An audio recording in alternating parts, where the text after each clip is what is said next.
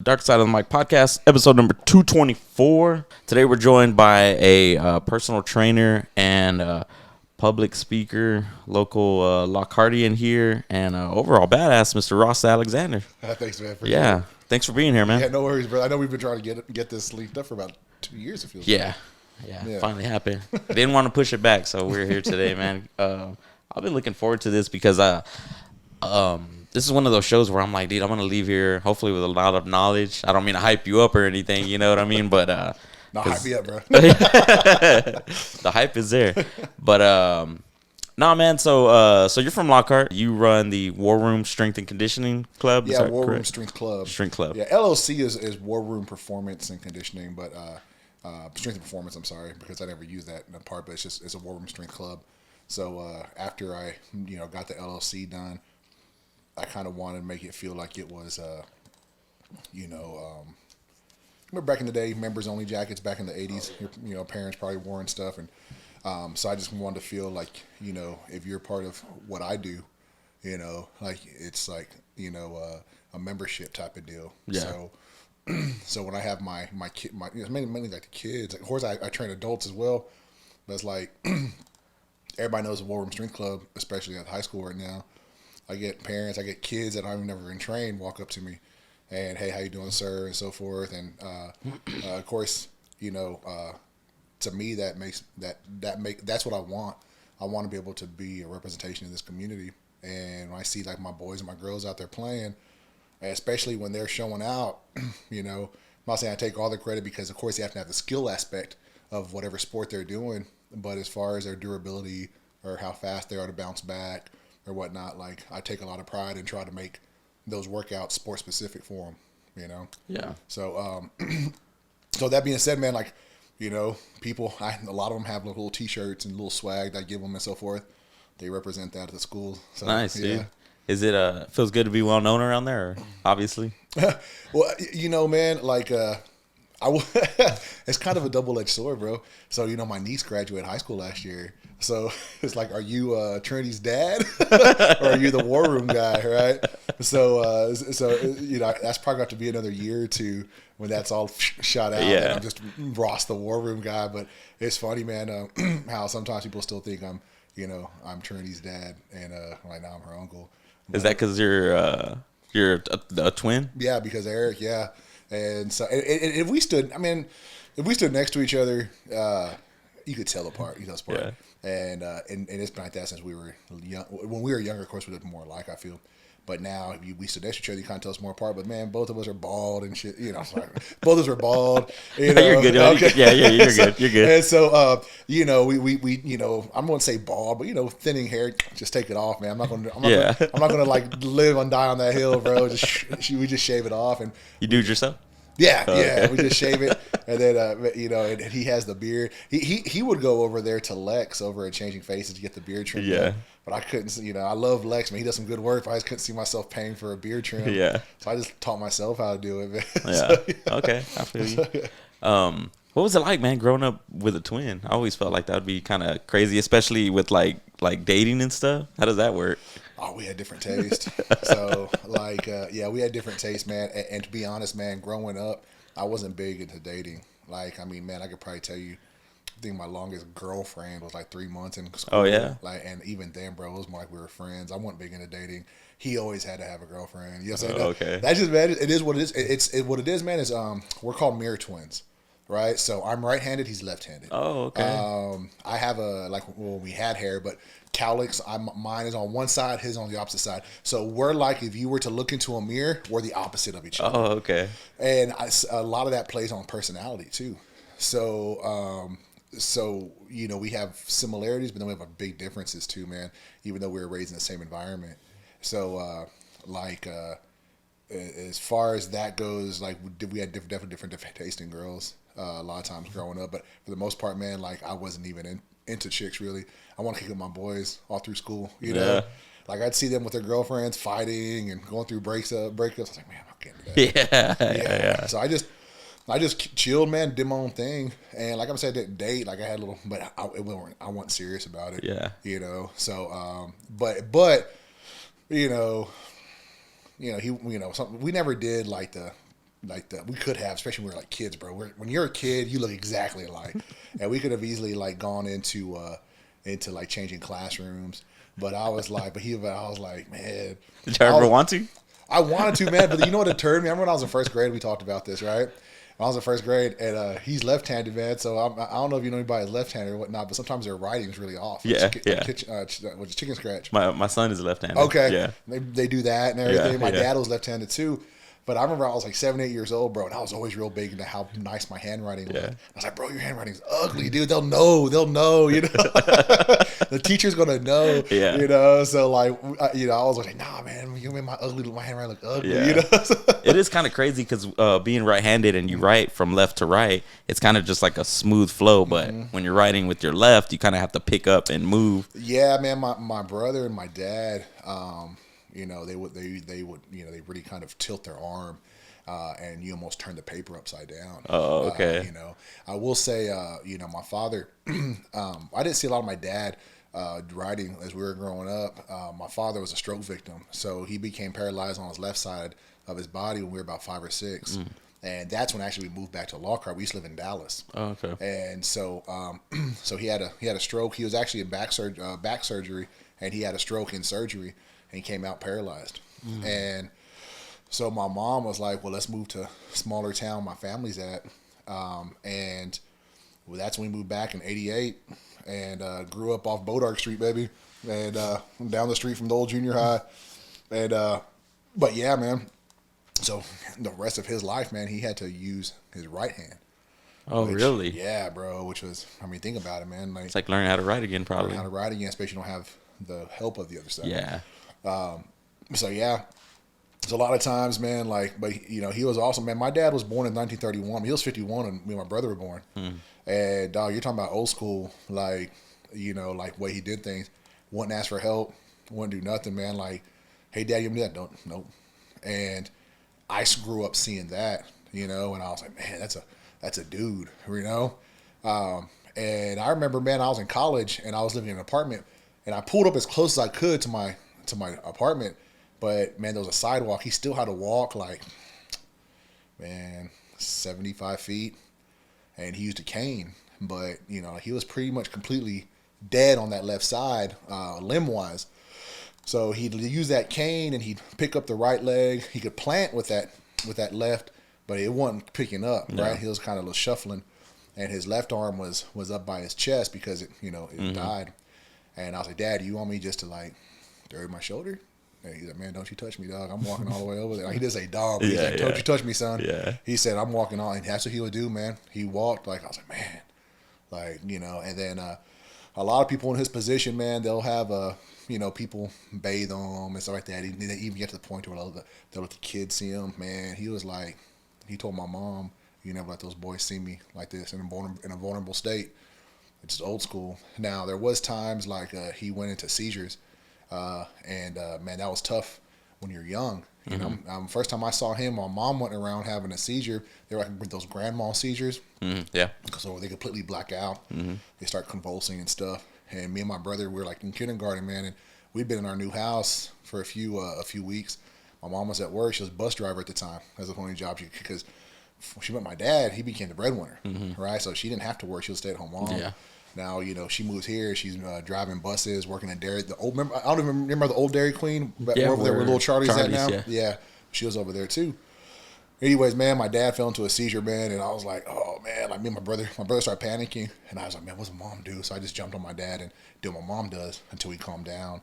But luckily, man, there were times, you know, there was a few times where that would happen, and as I got older, you know, if he would fall and go into a seizure, I'd be able to pick him up and stuff like that. But it wasn't like as far as seeing him in a vulnerable state, you know, to say birthday suit wise stuff, that wasn't going to happen. Yeah. So yeah, like I said, old school, man. Super old school. Yeah, that's crazy. So did some of that like toughness translate into like yourself, like as in growing up and stuff? Yeah, man, because it had to, bro. Like, you know, we grew up, you know, how old are you? I am 34. Like, okay, you're still around there. You're more, so I was born in 82, man. So like, if you look at it, like I was born on the cusp of like Gen X and millennial. Yeah. So you're a millennial. Yeah. So, but you were still 80, what's it, 84, 85? I was born in 89. 89, okay. Yeah, I'm 34 years old. Okay, 34. Okay, 89. So, man, so you're in the 90s. I remember still the 80s stuff coming. I remember, cigarettes still being those machines you pull out. They're probably still around the 90s early on, too. But, man, we were really like latchkey kids, back, I could go on and tell you stories about when my dad was, sick and first coming out. I mean, there was a lot of times where like, man, how do we make it out? But that toughness had to happen, bro. Like, I mean, especially when we moved here, there's a lot of times around older kids. And me and my brother have always been bigger guys, right? So people would look at us being older sometimes. And so, man, like my brother wasn't a fighter. I had to become the fighter. Man, I got some brawls too. Oh, yeah? Yeah, but I didn't take it, bro. Like, I would just like, I just want to take it. I flip a switch. And so, but I got to the point to where like, man, I was cool with a lot of people, And then by the time we got to high school, my brother kind of started toughening up himself. And because, he was like Crucito, all blood in, blood out. I'm a lover, not a fighter, right? Yeah. But man, he knew, hey man, I kind of, and we did. He kind of toughened up. So by the time we got to high school, everybody's, man, don't mess with Alexander twins. And like we were always cool. We weren't like fighting all the time. Yeah. But we got in some trouble with the police back in junior high multiple times. Luckily, we had good people, good mentor type people that had our backs, and we also didn't want to live that type of lifestyle. But I'll tell you what, man, we were definitely on that cusp. If we wanted to go that wrong way, we could have gone that way. But also, man, I hated to see a disappointment in like my dad's eyes. So my dad went a lot of like emotional. My mom was emotional, and of course, her being Hispanic, bro. I mean, she's cuss and throw shit at it. You know how it goes, like, boom, like, I come in late, bro. I say, man, like Hispanic moms, bro, they want to play baseball, they could, because they throw and they hit that target. Yeah. So, but my dad, bro, he wouldn't really like show a lot of anger at that time, but he would just be like, I could just tell disappointment in his eyes if I did something that, you know what I'm saying? Yeah. And that would just eat me up. Yeah. So, man, it's crazy too. Like when you talk about like on the cusp of like getting in trouble and stuff, it's crazy around that age, like growing up. So I got 6 kids in my house, but we got a combined family. Yeah, my girl has 4, I got 2, and but the youngest, they're all in 6th grade and up now. Oh wow! And so we got 2 6th graders, 7th grader, a 9th grader, 10th, a junior and a senior also. So they're like all like in the second right half there, of schooling, man. Yeah. and that's when it gets hard sometimes because like I know how it was. It seems like just yesterday when we were going through school and all of that, and like I kind of don't remember exactly the mind frame, but you know what you go through when you're in there. It's kind of like, fuck my parents, they don't know shit. And you're kind of wanting to like go against the grain, but also you're finding out who you are as a person, and you want to be independent, do things for yourself. So I try not to be like too hard on the kids, but then like I'm no longer in that position. I know how my parents handled me, and I have to handle the situations, accordingly as a parent, and it's hard, man, because it's like, I know what you're going through and all of this stuff, but man, I got to discipline, you know what I mean? You mean, I told my daughter, man, we went through some stuff over the summertime. I told her, I was like, I'm not your friend. Yeah. I'm your parent. Yeah. And now granted, I know they go through stuff that we didn't, but then there's stuff that we went through that they'll never even know. Yeah. Yeah, man, when we were in school, my mom worked so much and my dad was at home. They were never like strict. They definitely could have been a little more strict, I say. A little freelance going on. But it was almost like, I feel that God kind of saw this coming, right? Like I always feel like, everybody's put on this earth for something. And it's up to you if you're going to fulfill that or not. Yeah. Can you find that something? And my mom also started to have kids. So my mom was always like, man, like, there's miracles, right? Now, she was never like, you're here to like be president. She's like, just do what you want to do. I'm proud of you no matter what. Is this Shelty? Yeah, we have half siblings from my dad, but out of them, it's just me and my brother. So she wants to have kids, so then she had us. And so it was just like, it was one of those where they weren't too big on us, but I feel that God kind of, manifest destiny type of deal. Say, hey man, like I got to give them, bring them in together, because it's gonna be a lot harder life if it was one of us, So we went through a lot of stuff together, bro. Like man, there'll be times that we're walking all around the east side of Lockhart, and granted we had family everywhere, But you're not supposed to be 11 years old walking around 10, 11 o'clock at night. Yeah. You know what I'm saying? Yeah, for sure. And back then, there was cell phones, right? Yeah. So, you know, a lot of times my mom would be on the east side with some relatives or whatnot, and we'd be walking from Bodark over there, and we roll up to the house like at 10:30, 11. Hey, Mom, what are y'all doing here? Your dad knows? Like, yeah, we told Dad we're leaving. But, you know, my dad grew up in the 30s and 40s and 50s. There definitely were no phones then. Yeah. So, right, like, so he was like, all right. And, you know, like I said, man, I think we always had a guardian angel watching over us because my wife tells me all the time, I tell her some of these stories, she's like, man, y'all shouldn't even be here. You know? Yeah. You know, so I definitely think it's a guardian angel, our guardian angels. And like I said, we came into this world together to watch each other's backs. Yeah. Yeah. That's cool, man. It's good to have a sibling, you know, you guys stick together and stuff, you know. Yeah, I mean, like I will say, like I told you, the mirror stuff, like as far as sometimes the personalities really clash, bro. Like I will say we're not like the closest that a lot of twins are. Oh man, you know, do everything together, but we also aren't similar like a lot of twins. Like we're very different, you know. There's similarities and there's a lot of differences, but I say when it comes down to it, be differences, and we're both like headstrong. So both my parents were headstrong, like super headstrong. Like my dad. You ever seen that movie Urban Cowboy? Yeah. Okay. Like not John Travolta, the dude that whooped John Travolta's yeah, ass. yeah. That was my dad. You know, so that was my dad, man. He was a bar fighter. Oh, okay. Yeah, man. And then like I could tell you some stories about my mom. I won't say it on the dark side of the mic because people in town know her. Yeah. But man, my mom. She wasn't wild, but you just say like you didn't like there was a line where you didn't cross with her. And so they're both like very strong-willed, hot-headed people. Yeah. Early on in their lives, and so me and my brother were like very headstrong. So with that being said, if we don't agree on something, sometimes it could get like two rams hitting each other. Yeah. And so we just kind of learned just to like not communicate through text messages if we're disagreeing. Just pick up a phone and talk. That's what would be a lot better. Yeah. You know what I'm saying? So that's but with that being said, man, like I'm a minute older. So sometimes I feel like it's true, man. The whole big brother, yeah, but it's true.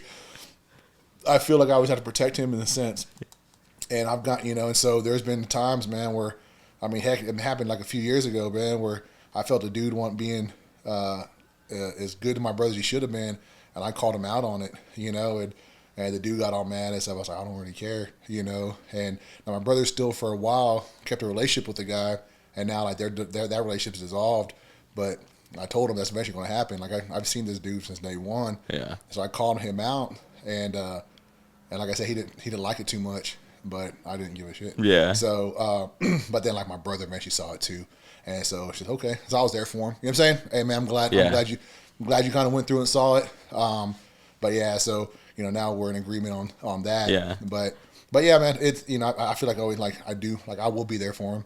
No matter how mad I get him, like, man, this is the last time I'm there for you, bro. That's it. I'm still gonna be there for him. Yeah. Are you the kind of guy like you walk around and if you got something on your mind, you're gonna tell somebody? No, man. Now, like, I don't know, man. Times are different now, and sometimes I feel like less is more.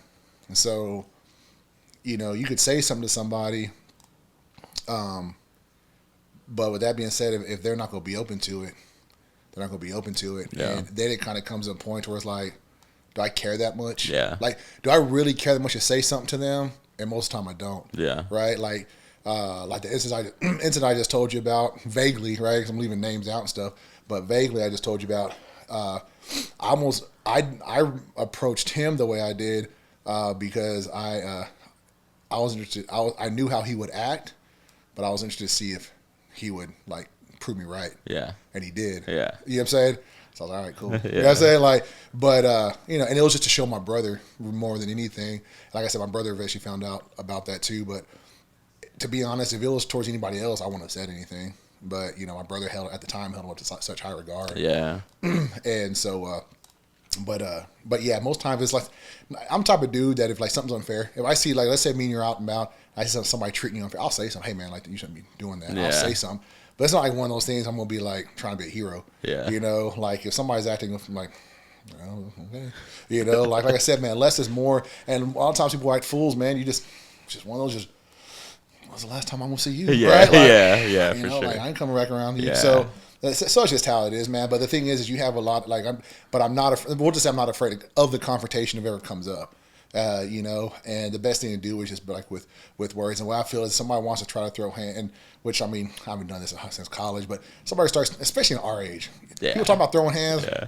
Okay, well then you feel defeated. You know what I'm saying? Like you feel defeated. You can't talk. You know what I'm saying? Like, so with that being said, like I'm not gonna say I won, but I proved my point to you. Yeah. You know, so that's the biggest thing, man. Like it's always good to like, you know, oh man, you're big or whatnot. That's just who I am, and I like to work out. To be honest, I'm kind of fat right now, man. I'm trying to lose like 30 pounds, man. I've kind of put some weight on, but no, man, it's one of those where, like, what's that going to prove in today's world? All it does is get you arrested. Yeah. Back in my dad's day, like I said, he was a bar fighter, man. Freaking squash at the bar and live for the next day. Here, you're going to jail. Or they're gonna go get their buddies and come back. There's no one-on-one no more. Yeah, man. You know, people could be found on social media, man. And to be honest, man, I also want to be a representation of who I'm around. Yeah. As far as the kids I work with and stuff. Yeah. You could always do that, in my opinion.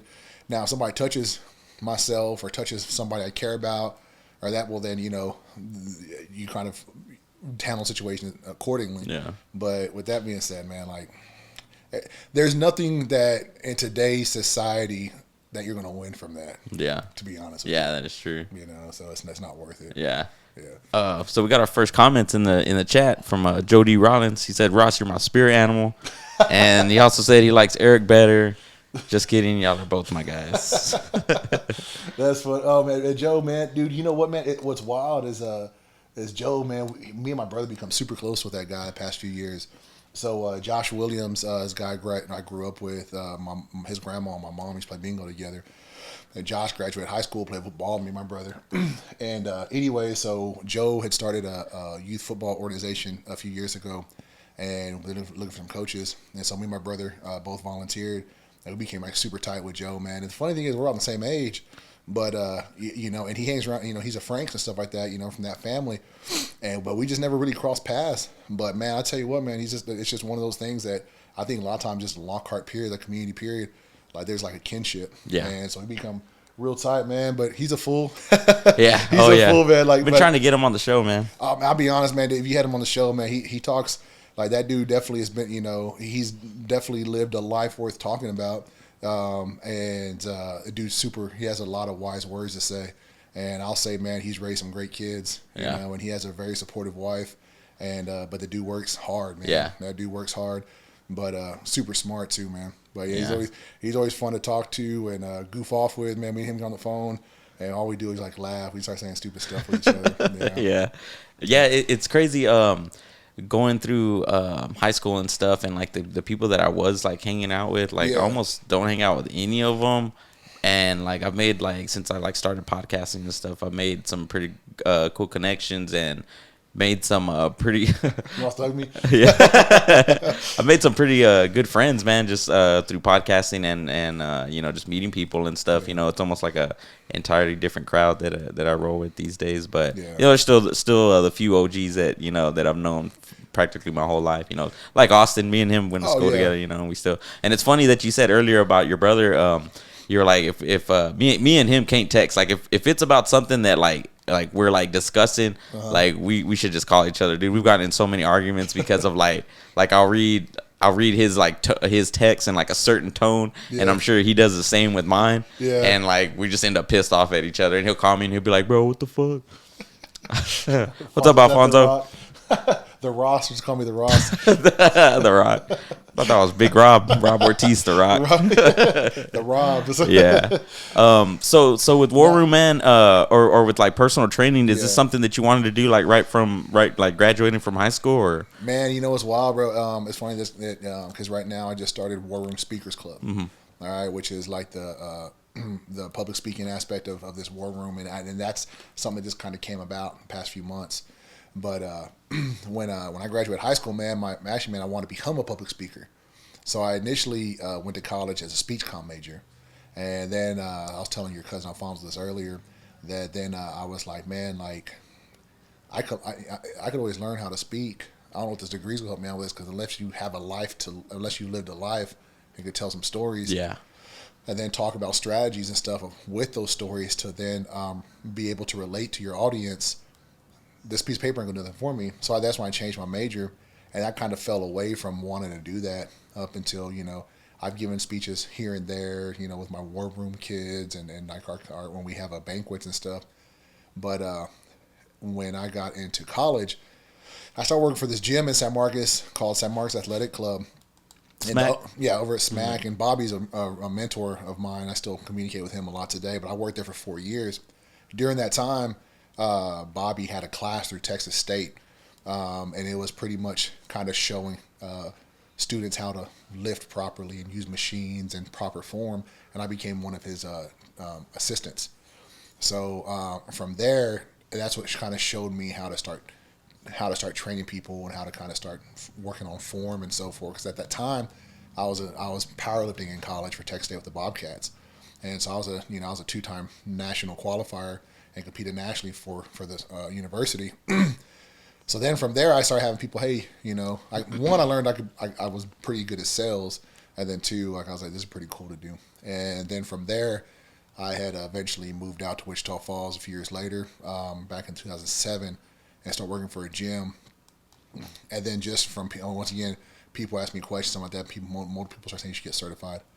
And after I got certified, I started getting a little following over in Wichita Falls. Was on TV for Gold's Gym and so forth. And would you do a commercial or what? Yeah, commercial stuff. Yeah, yeah. I'm gonna find it. Man, so one of them popped on. I'll send you something, man. I'll find some in that particular commercial. Like I'm like in the background lifting, but yeah, man. Or you're like showing out. Man, it's so funny, man. Like I don't know how many takes they did. I eventually said I'm gonna get on this little like incline machine, this cable. I put like 20 pounds. I was with her for like hours. I was so sore for lifting 20 pounds for like 4 hours, and the girl was a spokesperson in front of me, and she was the one. I was like, dude, get this right, girl. Like my workout's messed up today, right? Like I'm doing an incline on a freaking cable machine that geriatrics use, right? So I was like, whatever, man. But then from there I moved out to I moved around a little bit. Went to Dallas, came back to Wichita Falls, and moved out to West Texas to work in the oil field. And from there, that's when I discovered CrossFit. And definitely a lot leaner than I am now, right? But I became CrossFit certified, and just put like another tool in my toolbox as far as how to train and methodology.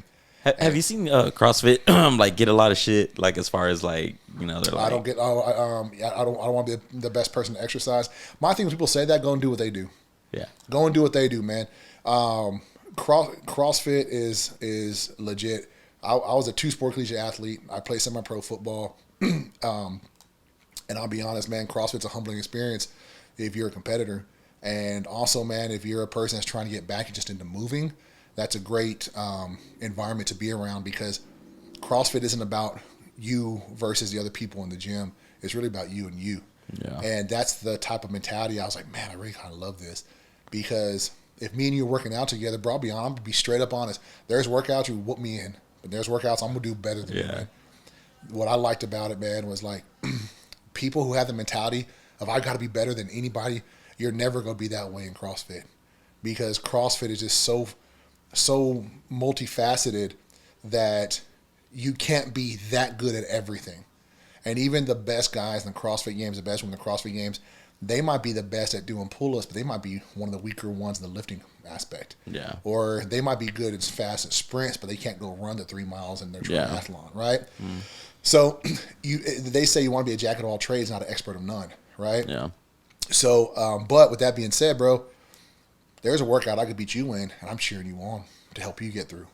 The next day, the workout you knocked out, you're cheering me on to get me through. And then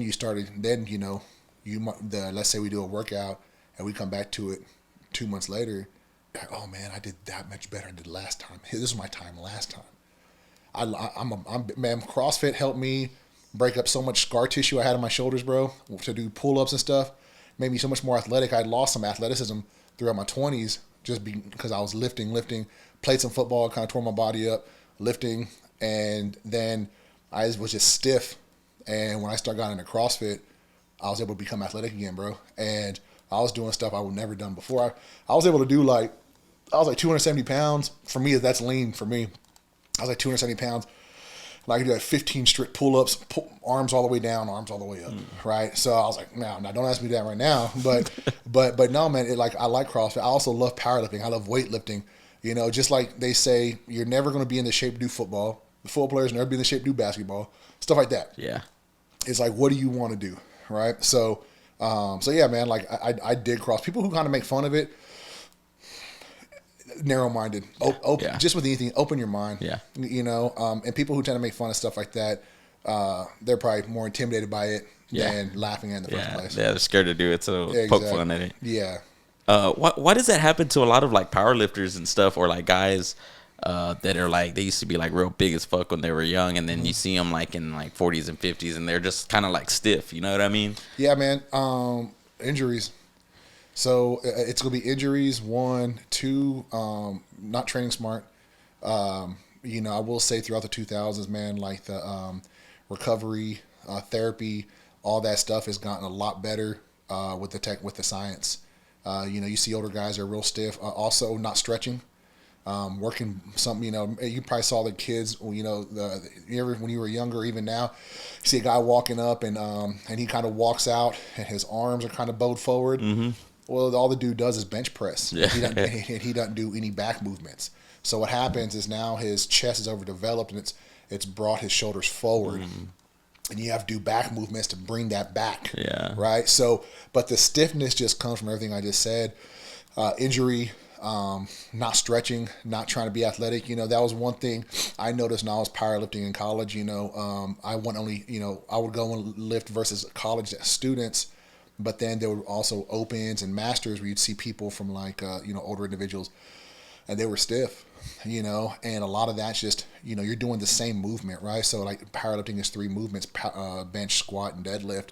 And if that's all you do when you don't stretch or you don't go out and play a sport to make you limber or do lateral movements or angular movements like side shuffle, karaoke's, you know, running in a lateral direction, you're going to become stiff. Just think about it, man. Think about as you get older, imagine if you were to get on the ground and get back up. And I mean, go lay on your belly, roll over to your back or vice versa, and stand back up 10 times. Tell me how hard that is. It's hard. So then, you know, because you don't do it. It's not the fact that you can't do it. Yeah. But you just don't do it anymore. Like when you're a kid, you're falling, you're playing sports, so forth. Well, now think about these guys that they come in as powerlifters and they're doing that. Some ex-bodybuilders just lifting for the pump to get their muscles big, they become super stiff. And then, of course, injuries bring about scar tissue, which then stiffens you even more. You got to break all that up. So when you see an older cast like that, it's just it's due to so many different things: overtraining, lack of training other muscle groups and tendons. There's just a lot of other stuff. You really want to be it's great to be strong, but you want to be. It's better to be athletic. It's better to be able to move. Yeah. If I bench, you know, I think the most I bench is 510. But if I couldn't move around, what good does that do for me, bro? What good does that do for me unless a boulder's on top of you? It's really not functional. Yeah. You know. What do you think about?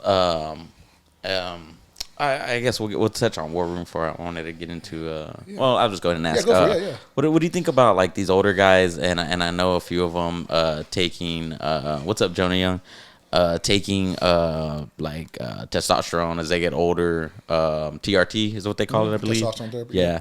What do you think about that? I know it's been like controversial in the past, and from what I've heard now, it's kind of like accessible at like, you know, like a physician's office. Like you can go. It's always been So it's always been accessible at a physician's office. Okay. To be honest, maybe you go to a gym, stay around long enough, it's accessible that way. So this is the society we live in right now, James. Is the fact that people that get on TRT now, that get on testosterone therapy, you know, even if they even take it recreationally from the guy at the gym, even though it's probably not the safest thing to do there, but when you do it, their testosterone levels, unless they're doing an unsafe amount, are still lower than our fathers and grandfathers. So, and what I mean is this: is my father was born in 1931, and when he was 41, the age I'm at now, he had a higher testosterone level than I do right now. With the processed foods we eat and everything, and now we're producing more estrogen than what our fathers were before us and our grandfathers were before us. So it's almost smart for me to be on a testosterone therapy just to be at a normal level. Yeah. Because if you look at those men, they didn't have issues with weight. And now, granted, food and and activity. There's a lot with that as well, but they really didn't have issues with weight. There's a lot of hormonal women. A lot more women nowadays have PCOS. They have hormonal issues, especially after childbirth, but even before childbirth at a certain age. And it's a lot of the foods that we're eating, the processed ingredients are putting in the foods, and so hormonally, bro, it's now when people say, oh, you're taking testosterone, that's cheating. Well, it kind of depends on what age you're at. But yeah, man, I had multiple friends and family members that were even collegiate athletes, man, that they had to get on testosterone therapy from a physician in our late 20s because their testosterone had fallen almost sometimes to that of what a woman produces. So it kind of depends on okay, but where's your testosterone level at? Yeah. Right? If your testosterone level is so low that you need it just to be at a normal level, go for it, man, because that's going to help you in so many ways mentally as well. Yeah. If it's one of those where it's performance based, I'm gonna be really honest, man. Like there's other things that you could do as far as that goes, but then why you want to do that? Yeah. You want to be healthy. So, there is a new thing out that they've had in Europe for a long time that's kind of come to the States, but a lot of athletes use them, especially as what's called peptides. And the thing that you have peptides now is the fact that they take out all of the side effects. Testosterone will tend to give you high blood pressure if taken the wrong way or not being monitored or having your blood work done consistently. Testosterone will have you put on weight. It's a steroid. Think about when you go to the doctor, they will say, we'll give you a steroid, right? And you gain weight, testosterone, because you get hungrier as a man or a woman doing it. And if you're not a kid, your metabolism's dropped, and you will put weight on. So it kind of depends on what it does for you, your body chemistry. But there's these things called peptides now, and they help with recovery. They help with testosterone production. They help with pituitary gland growth hormone production, and they've pulled all of the side effects out. Yeah. And the way I look at that is like I said, if you're performance based, that's fine. But if you're a person that's having a hard time losing weight, or if you're a person that's sick all the time, or you're a person that's easily injured because you're not producing the hormones you should be producing, then that's a good way to come up. Just like with any other medication people are taking for high blood pressure, whatnot. Hey man, my thing is this: I want to be able not to take those medications. And if I could take a peptide, I had back surgery, and I took peptides, and those peptides helped. They're called the Wolverine peptides, and I could get into the science of that, but nobody know what I'm talking about. Yeah, but you follow comics, Wolverine. But what I did is it helped my recovery, and it helped with my recovery, man. As far as me, like I said, I get into the science of it, but it's nobody can read. But one of the things is it helps even the tendons to recover. And I took it for a few months, and I was done because there's no reason for me now. I'm completely healed. Yeah. And now I wasn't stupid. I wasn't going over there lifting weights while I'm trying to recover. My back surgery was at the L5 and S1. It was super low on my back, which means that I'm already carrying weight on those ruptured discs, on that ruptured disc. There's no reason for me to try to hurt that. Yeah. And so I was super conservative with my 12 months of recovery. But I did take that because I wanted to make sure I recovered properly. And it helped out. But like I said, man, there's nothing illegal about peptides. There's nothing with the side effects. With anything else, consult with your doctor. Consult with your doctor. And if you're the type of person that says, oh, I could take this and I could, do blah, blah, blah, blah. Well, that's on you, man. Like that. I mean, to be honest, it's not with anything. Yeah. Like with anything, man. Like you go out, I go on to Facebook and find fentanyl right now. That's on you. Yeah. And I don't want my kids to do it. Heck no. Yeah. But with that, I want to be able to take supplements and stuff that are going to help me to stay off the pharmaceuticals. Yeah. And I'm not on anything now. I'm totally good. But I was like, man, do I take morphine? Do I take opiums when my back is hurting?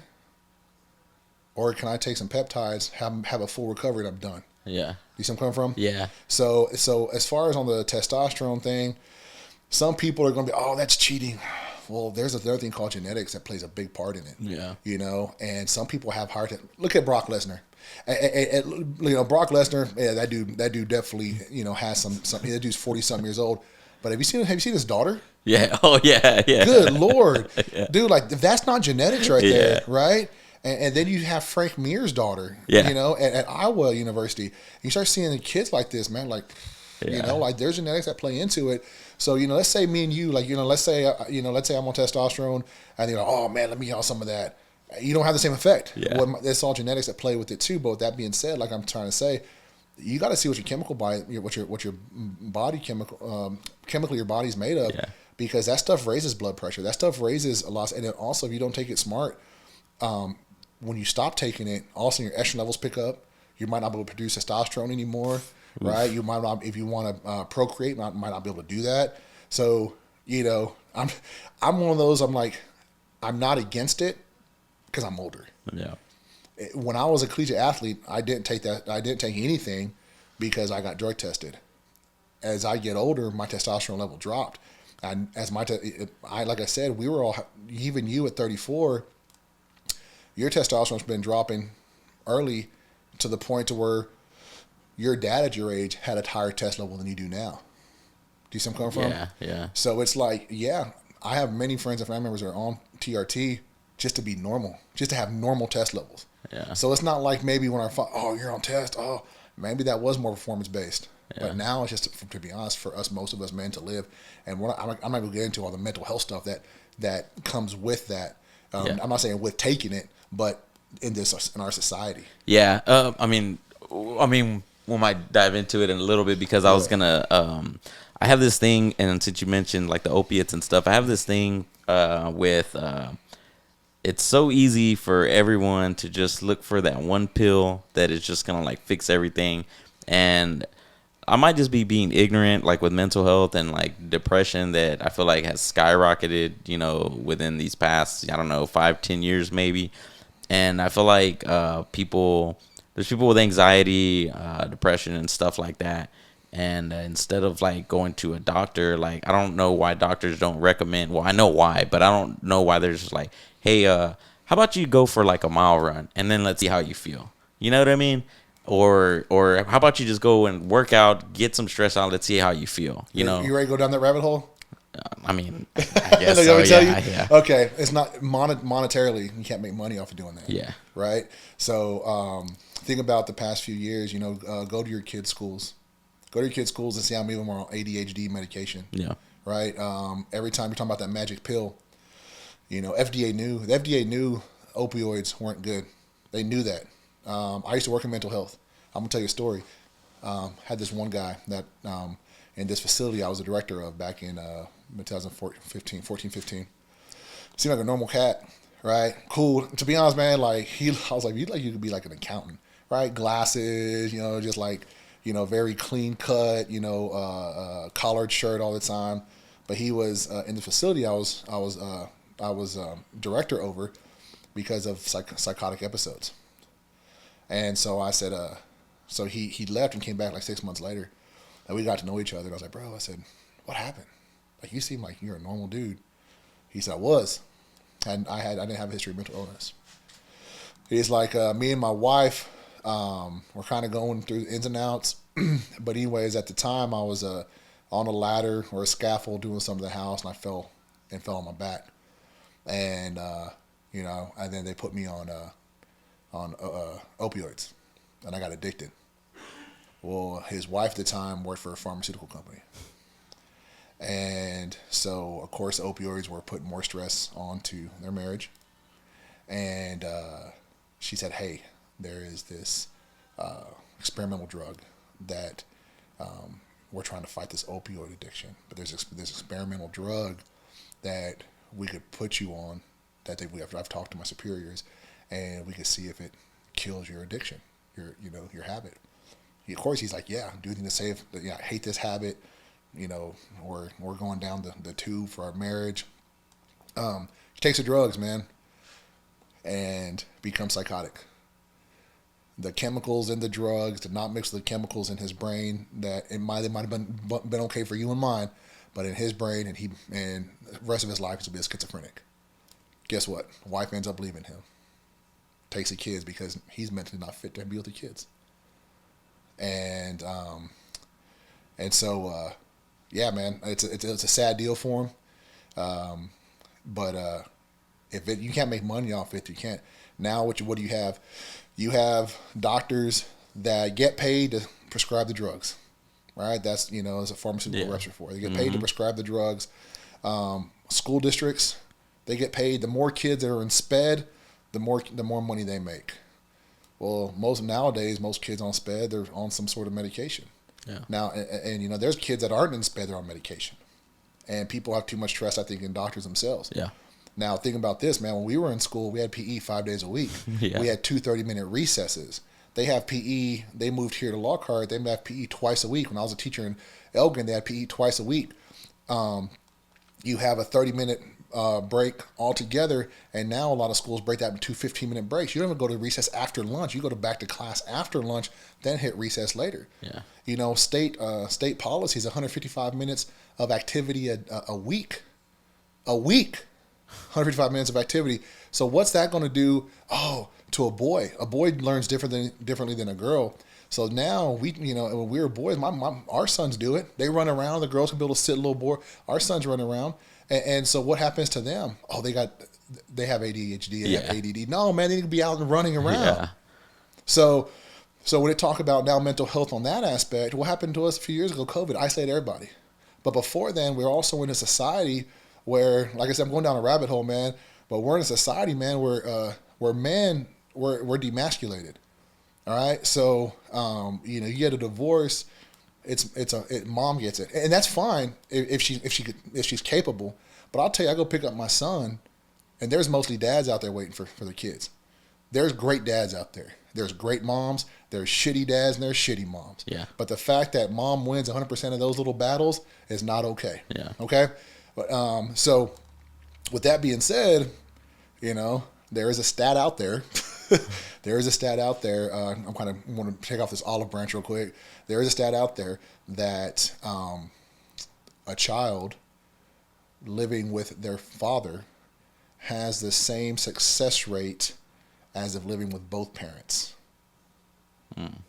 versus living with the mom only. Yeah. So what's that tell you, right? So with that being said, and I was watching a YouTube video about this, and there was a doctor talking about it, and she was a woman. And of course, she's like, I don't want to make these women mad, so what do? Try to work it out. But everything is, toxic masculinity. No, man, it's masculinity. It's not toxic. Yeah. You know what I'm saying? You want to be able to raise your sons to be able to protect and provide. Yeah. Simple as that. Protect and provide. Not look over at somebody else, ask if it's okay. I'm not saying go out there and act a fool, but to protect and provide and say, hey, and that kind of will circle back around to maybe why are our test levels falling? Who's processing our food? Yeah. If you don't have testosterone, you're not going to be as aggressive. You're not going to be as outwardly spoken.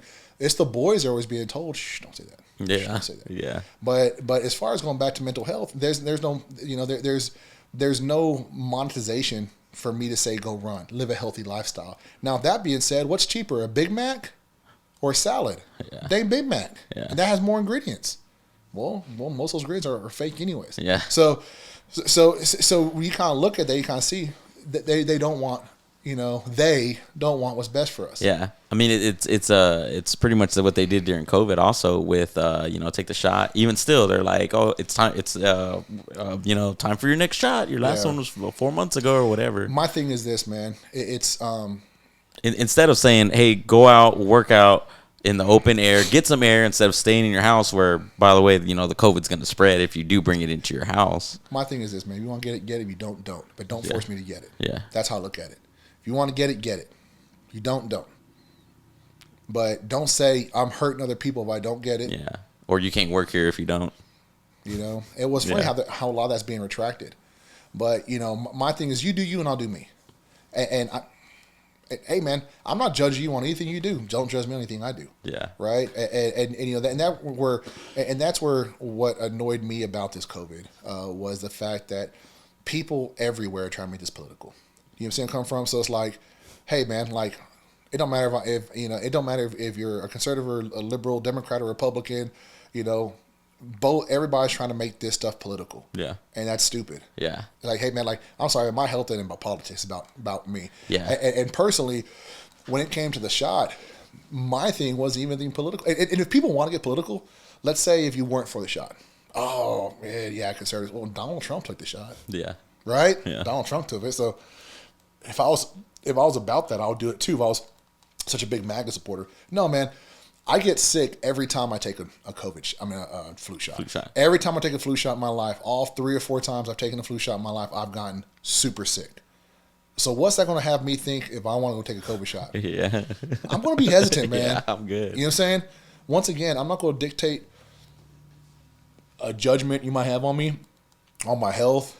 And then I worked for a company that was requiring that, and I gave them a religious exemption, and they were okay with it. So it is what it is. Yeah. But my thing is, you do you and I'll do me. Like I really don't care. Like my life is my life. Me and my family live in the confines of our home, and you do you. Yeah. And my thing is if you don't like that, well, then maybe our relationship wasn't as valuable as I thought in the first place. Yeah. Yeah. I wonder too, man, whenever COVID popped off, I was like, because what were we going through? I think it was the George Floyd stuff. Mm-hmm. And I was like, things were kind of crazy. Everything was divided. Mm-hmm. And I was like, well, here comes this thing where I think we can all agree that it's this, respiratory illness that came over from China. And something that we could all agree on, it's science. You can't it's hard to go against it. And then what happens? If you wear a mask, you're a Democrat. You're a scared Democrat. Mm-hmm. If you don't, you're standing up for your rights. You're standing up for freedom. And I was like, what the hell is going on here, man? Yeah, man. Like, that was a weird time, man. I mean, I remember I didn't go see my mom for like 2 months. Yeah, dude. And then I got a phone call from a friend of mine. And, he was like, bro, one of my friends from high school just called me and said that his grandmother passed away from hospice, and he's like, this is what's crazy is the fact that she's been on hospice for 2 months for lung cancer, but they're trying to say she died from COVID. Mm-hmm. She didn't die from COVID. Yeah. And so it was like one of those things. I was like, well, you start hearing more of those stories. You're like, is this a thing or not? And I get it. It did affect certain individuals, man. Like our good friend Kalunga, mm-hmm. It affected him very badly. Yeah, But who's to say if pneumonia wouldn't have done the same thing? Pneumonia wouldn't have done the same thing. But with that being said, man, like you had to watch out, and it's part of this forever now.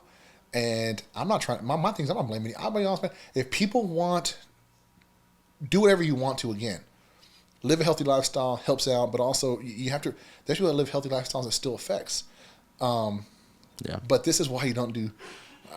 This ain't even political. It's just right. That's why you don't do gain of function research. Yeah. That's why you don't do that type of stuff. That's why you don't create super viruses. Yeah. That's why. If you want to know what could happen, there's a bunch of movies of worst case scenarios, right? There's a lot of. Don't do it. That whole thing, especially the story on what probably ended up happening, of it getting out of this research lab over there in Wuhan, mm-hmm. is almost straight out of a freaking movie. You know what I mean? Well, what's wild, bro, is there's a book in the 80s written about what happened during COVID. The doctor, same name. Oh, really? Yeah, Wuhan. All this stuff was similar, but this is the thing that's different. That it just came. New research just came, or no research about it. Just came out that what happened in America came out in America.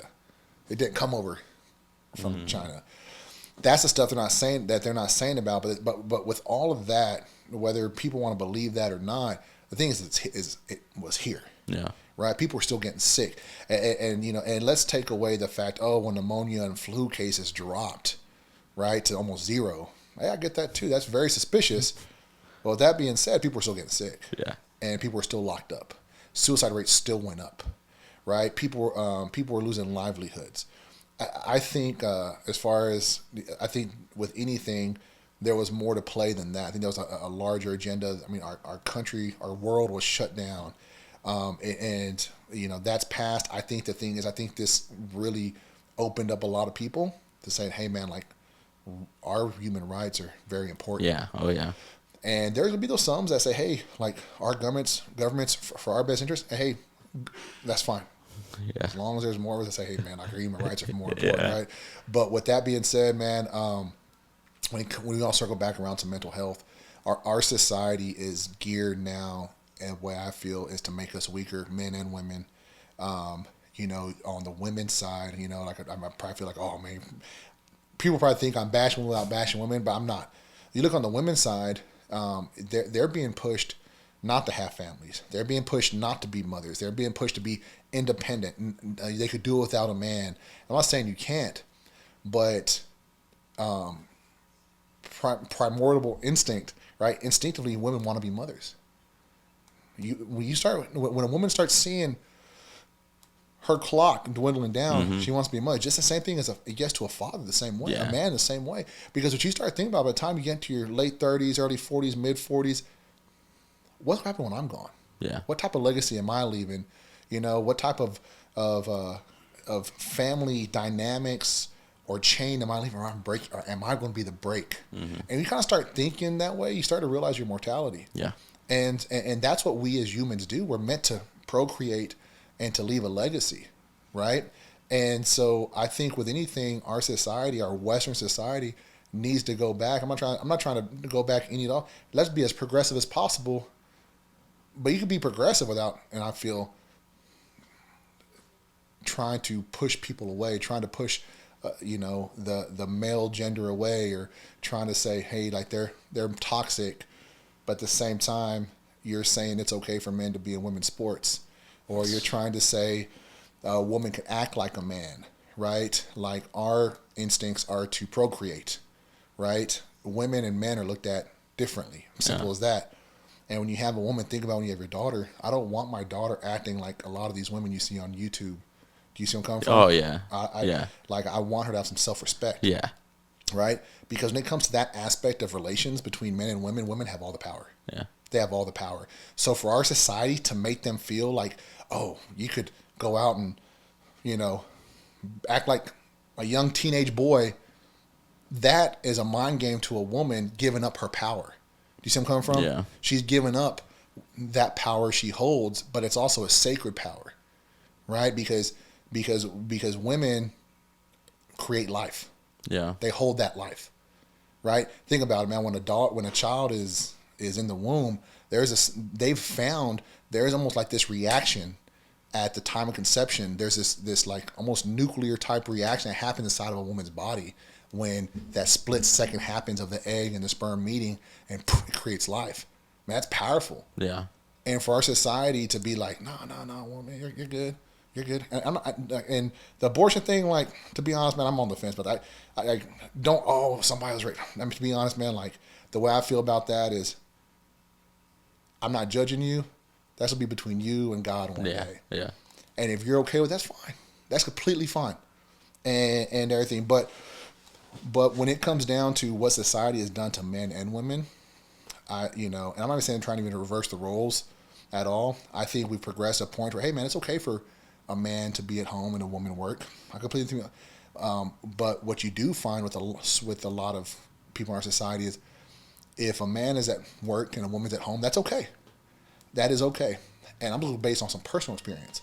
I've had two personal experiences, not with me, but with people I've known, where I've had a friend or a family member that's a stay-at-home father. Yeah. And they start having marital problems. Yeah. And I'll talk to the wife. She's like, he's just not ambitious. Why? Because he's a stay-at-home husband and father? Now, how would you feel if he was saying that about you and the roles were reversed, which tends to be traditional? Yeah. Right? Your women friends will look at you like, man, what a DICK for him saying that. Yeah. But those same women are telling you, girl, you need to find a man that's ambitious. That's what I mean as far as our society is different. It's like we've progressed, but then there's we're progressing what we think is progression, but there's these instincts that are like, and you can't get over those. Do you see where I'm coming from? Yeah. So there's got to be a fine line where you're meeting that up, man. But as far as mental health, I think it's affecting people everywhere because of what our society is doing, because of isolation. The social media, what we're doing right now, this came out when we were, I was in college, you were a kid still. Yeah. And it was cool back then, right? Everybody's, man, here's this party here, and it's kind of become this monster, Yeah. you know. Big time. And it has a good things and bad things about it. But like for instance, me and you, we've communicated through it, and it's brought us here. But with that being said, you look around anywhere, how often do you see where people are isolated because they're on it? Yeah. They're connected, but they're isolated. And so it's just it's a dangerous thing, especially for our kids growing up. But back in the day, we used to go outside and play ball. Now you got to put kids in stuff. Yeah. You got to pay to have kids be social. Some good money too. It's wild, bro. Yeah. Like it's wild. And so yeah, man, as far as mental health goes, man, you're right, man. Go out there, get some vitamin D, work out. Have family time, have friend time, Yeah. do things. We're also living in a super busy society to where I can't come to your house anymore, and we've kind of grown into a society of like, hey man, don't come knocking on my door, hit me up on text or call. Yeah. Back when I was growing up, you just don't knock on the Yeah. door. So our society has changed a lot within. You're 34, I'm 41. Society has changed a lot in our lifetime. Yeah. I mean, and it didn't change that much within our parents' lifetime within that same span. Yeah. So, like I said, as far as all that stuff, all the other stuff goes, man, I think everybody has their own take on it. I know that we kind of got it down a little rabbit hole. My thing is this, man. There has definitely been things happen in our world, and people have their own takes on how they want to do it. My thing is be safe, make the best decision for you, right? For you. And if you're not comfortable with the decision or decisions or beliefs that somebody else has, then that's fine. Express that, saying, "Hey, it's just probably best. Let's make a a wall or a boundary or something like that. We can still communicate. Don't be ugly to the other person. Don't be hateful. Yeah. Just say this is my belief, and okay, that's problem. And whether you want to come around me or not. But when it comes down to it, it's like, how safe do you feel? Yeah. The other people they're saying that to respect that. Saying, I respect your decision. I respect your belief. And that should be a two-way street, bro. Yeah. There is no right or wrong. When it comes down to it, James, if I don't feel safe for something that you believe in or vice versa, we got to respect that. And that's what keeps people engaged. Yeah. If you don't respect it, man, that comes to a sad time. You know what I'm talking about? Like, man, like how is James supposed to, how is he supposed to expect me to respect him when he don't respect me? Yeah. It's a two-way street, man. Yeah, I mean, and then through the introduction of social media and where we are now these days, it's easy for somebody to just be like, oh, you don't think the same way that I think. Well, fuck you then, and just talking shit. Man, just like Mike Tyson says, everybody's tough until they get punched in the mouth, right? Yeah. Like I mean, you have a lot of those keyboard warriors, man, and these trolls, man. My biggest thing, dude, is this, man. Like, we come from a time, bro. You don't say that stuff to people. Yeah. Right? And Or there are if you did, consequences. there's consequences. Yeah. So my biggest thing is that, man, like, and we already talked about, being and having to engage in physical activity, which I'd rather not Yeah. care unless I'm protecting myself or somebody Yeah. else. My thing is this, man, it's like, if people do that, you're not worth seeing the good things in my life that I post on Facebook. Yeah. Or I post on social media, or I talk about. You're not worth seeing the light in my life. Yeah. You're not worth seeing my children or my wife or anything that I do successful in my life anymore. And from then on, you're off my social media account. Yeah. I don't have anything to do with you. Yeah. Because without that little app, we probably wouldn't be talking anyways. Yeah. Yeah, that's what it did also too, is like and we're like real cautious about our kiddos and being involved with social media and even having cell phones, man, because something like I got my first cell phone when I was 18 and I had a job.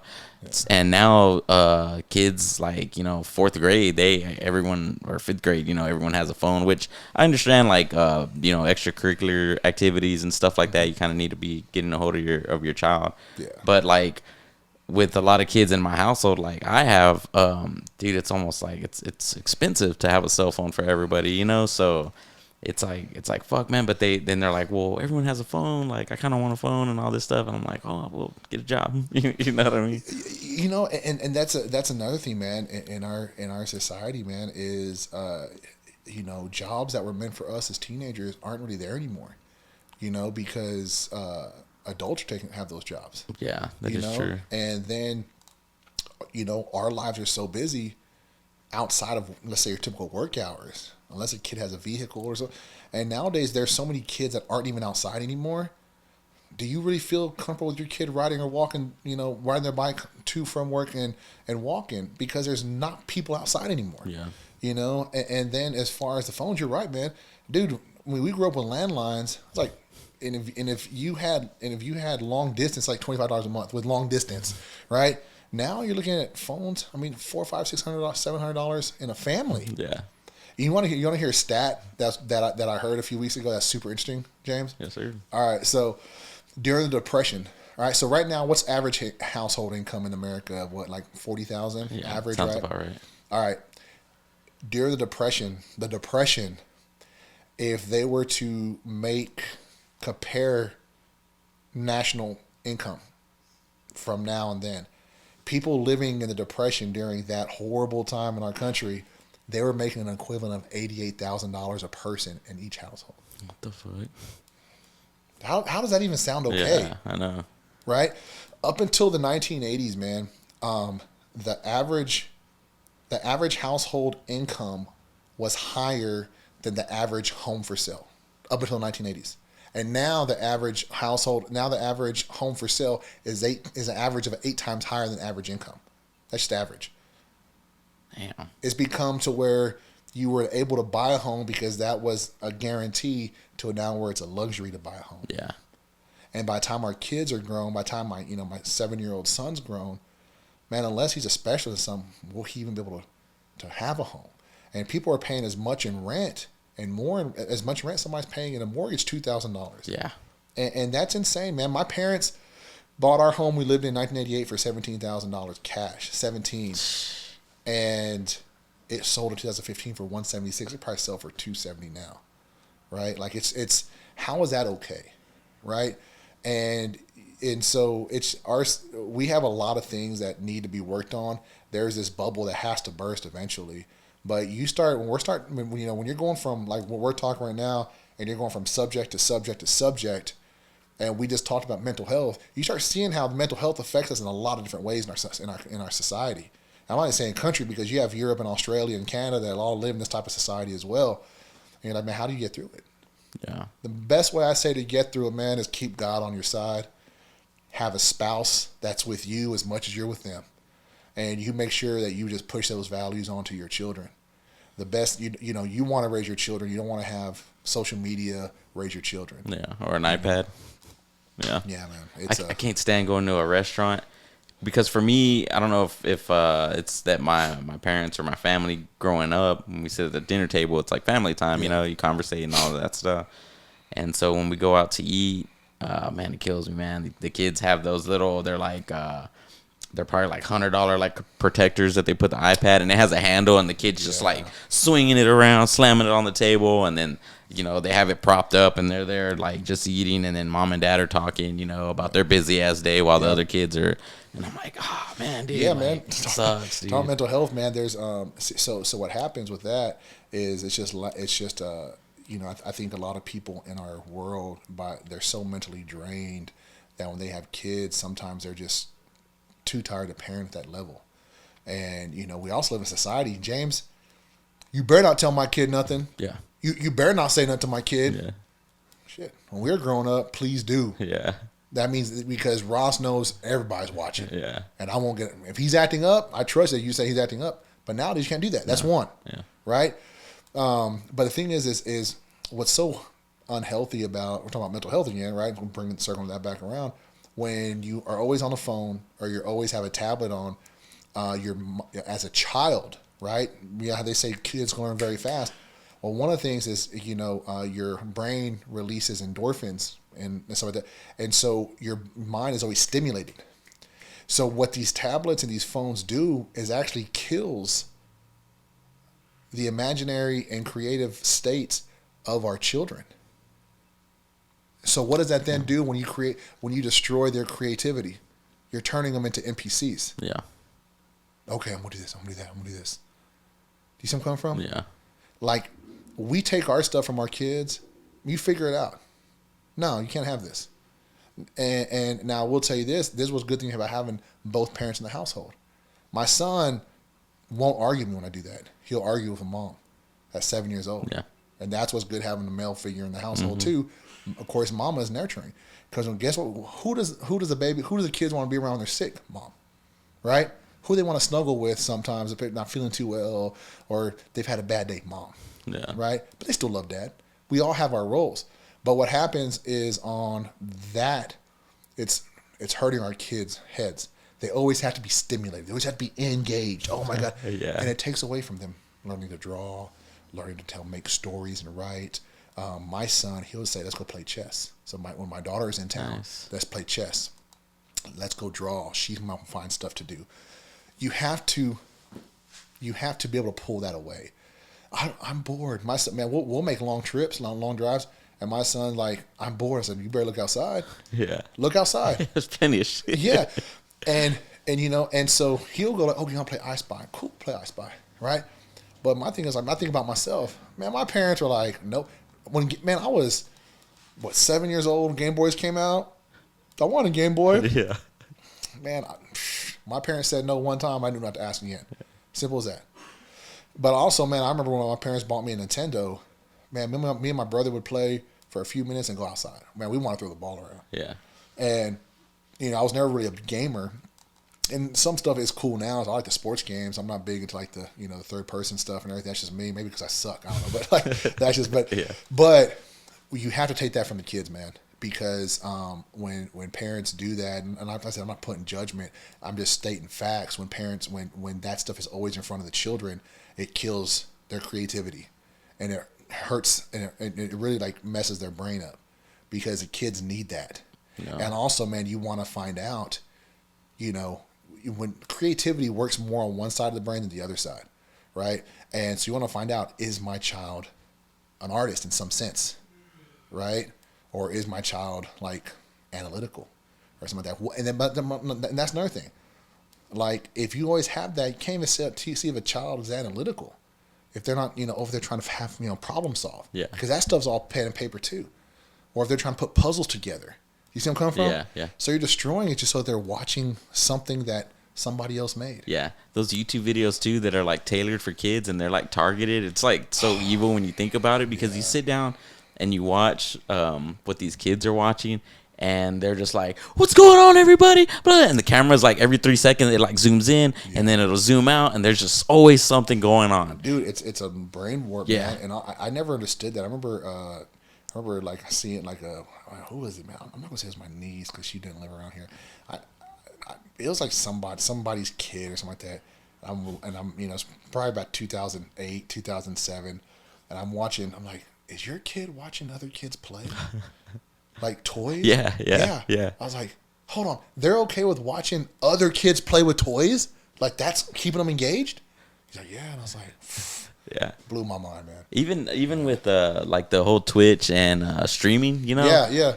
And I'm guilty, man. Like I'll get on, but it's because I don't have the game, or like like I don't have the funds to like go and get this game. And I'm like, oh, this new game came out, so I'm gonna watch so and so play it, you know. And I'm there like on my lunch break, just passing the time and whatnot. But yeah, it's crazy the time we live in. I wanted to talk about War Room, man. Yeah. When you started the War Room, did you set out to train student athletes, or is it just something that happened? Nah, man. So of course, you probably remember when I came. And I'm sorry, man. I guess we kind of got caught off. Yeah, it's all good. But I was training, and then when I moved back here in 2013, I lived in San Marcos for a little bit. Then I moved back into Lockhart, and that's when I had started training again. And so I was like, I'm gonna try this boot camp thing, right? And so at first, what I started out was I didn't have a name for it yet. I said, hey, you want to come out? I'm trying this out. And people start showing up. Then after about a month, I said, hey, I just take donations. Well, it got really, really popular. And I was training like 20 people at a time. So I was like, hey, I'm just going to make a set rate, So I made a set rate. And, I had like classes at the library in the mornings, and I had classes all throughout the day at the football fields and the walking track. And, I was doing it. So I named it Ball Strength Fitness, right? And part of that was from Kalunga. He would still call me boss, right? And of course, and I was like, okay, and then, Ball Strength, and kind of went there. And it just kind of, like I said, it had a really cool thing, and I had T-shirts, and something was really cool, man, is Coach Hippen still, of course, the legendary cross country coach in Lockhart. He would roll through around 2014 and 15. He'd roll through all the time with his runners, and I never ran for the guy. Of course, I could tell him I'm not a runner, but we always had a pretty cool relationship in school, man. Like I always valued my relationship with Coach Hippen still because he wouldn't talk to a lot of people if you weren't a runner. So for the fact that he would even show me any interest at all, I was like, that's cool. And I valued that. I remember one time we were in high school. When I was in high school, I was walking to the field house. He said, Ross, come here. And I was already like a senior, right? Like I hadn't, I remember we all took him in geography freshman year. He said, what are you going to do after school? I told him what my plans were, and I kind of chit-chatted. And we had a nice little, 3-minute conversation. I was like, man, I'm not even one of his runners, man. And he is interested enough in me to just ask what I want to do while we're walking across the park. You realized that at the time? Oh yeah, That's yeah. cool. I'm a man. Like I've done a lot of stupid stuff in life, and I'll tell you, man. Like definitely, I'm aware I'm doing stupid stuff, but I'm a very self-aware person too. And I think being that self-aware, like I said earlier on in my life, getting in trouble and stuff. If I wasn't self-aware, I'll be honest, I might not be here today. There was definitely situations I was in where I might not have gotten out of when I was younger. But anyways, man, so Hippen still stopped, and we would just talk. Man, I love what you're doing with the community, Ross. I love the fact that you're getting people out here, adults, a lot of people I've trained or I've taught as kids. And then so one day he was like, hey, man, you ever get T-shirts made? I'll pay for half of them. I was like, for real, Coach? He's like, yeah. So Lee Bada, I got with Lee Bada. We designed some shirts. I went and got Big Rob Ortiz from his DJ company. Gave me a little a donation. Got some donations from, I think I got a donation from Chisholm Trail back when the original owners had it. Of course, I went to Coach Hip. I said, hey, Coach, you're not obligated. I just remember we had this conversation. He said, no, how much is it? Well, this is what half of it is. Brought his checkbook out in his office, cut me a check. So my first set of T-shirts, man, I have his Ready to Run business stamped on the back. He was my largest donor. And without him, man, I probably wouldn't have been able to find it because there were definitely a lot of people, bro. I was doing this for the community, and there were a lot of people that kind of gave me some shade. Now, I didn't hold on to that, right? I didn't like, I'm just like, to me, it's like I'm not holding on like any like hard feelings, but I don't forget either. Yeah, hell yeah, man. For sure, dude. So with that being said, man, so I got into, so 2018 came and I got into insurance. And I pretty much just said, hey, I'm going to close shop. I'm going to close shop up. I'm going to learn this insurance gig and this game. And I did that for the next 2 years, I guess. COVID hit. And in November of 2020, I got with a fraternity brother of mine. And he's also like my CPA. And I was, hey, dude, like I want to rebrand. Like I want to kind of, people are going to be ready to come out and move when this stops. And I want to rebrand my stuff and kind of get back out there. So me and him actually had a conversation about stuff. He filed my LLC, and at that time, of course, I was becoming spiritual again, real in with. I've always kind of, we all do. We come and go, right? Yeah. We come and go. But I was like, man, this is definitely a battle. I think a spiritual battle in this world right now, and so I was like, man, War Room's cool. Like, and I didn't say, oh, it's cool, man. I'm just like, man, like when I'm in the gym during COVID, people weren't coming to my place. And so a lot of times it was me and they're working out. And you start thinking a lot about to yourself. And you start praying. I start praying to myself. And I said, man, a lot of people have little war rooms. A lot of people have little closets or rooms where they're just praying. They're talking to themselves. And this has kind of become my war room in here. Because I'm praying to myself and talking to myself. There'd be times I'd be in there at my workout just hanging out for another hour, just thinking, praying.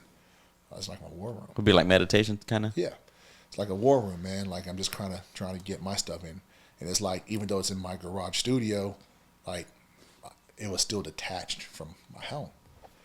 And so then we got the LLC together, and it was War Room Strength and Performance, right? And then I was like, man, that just kind of sounds too clinical.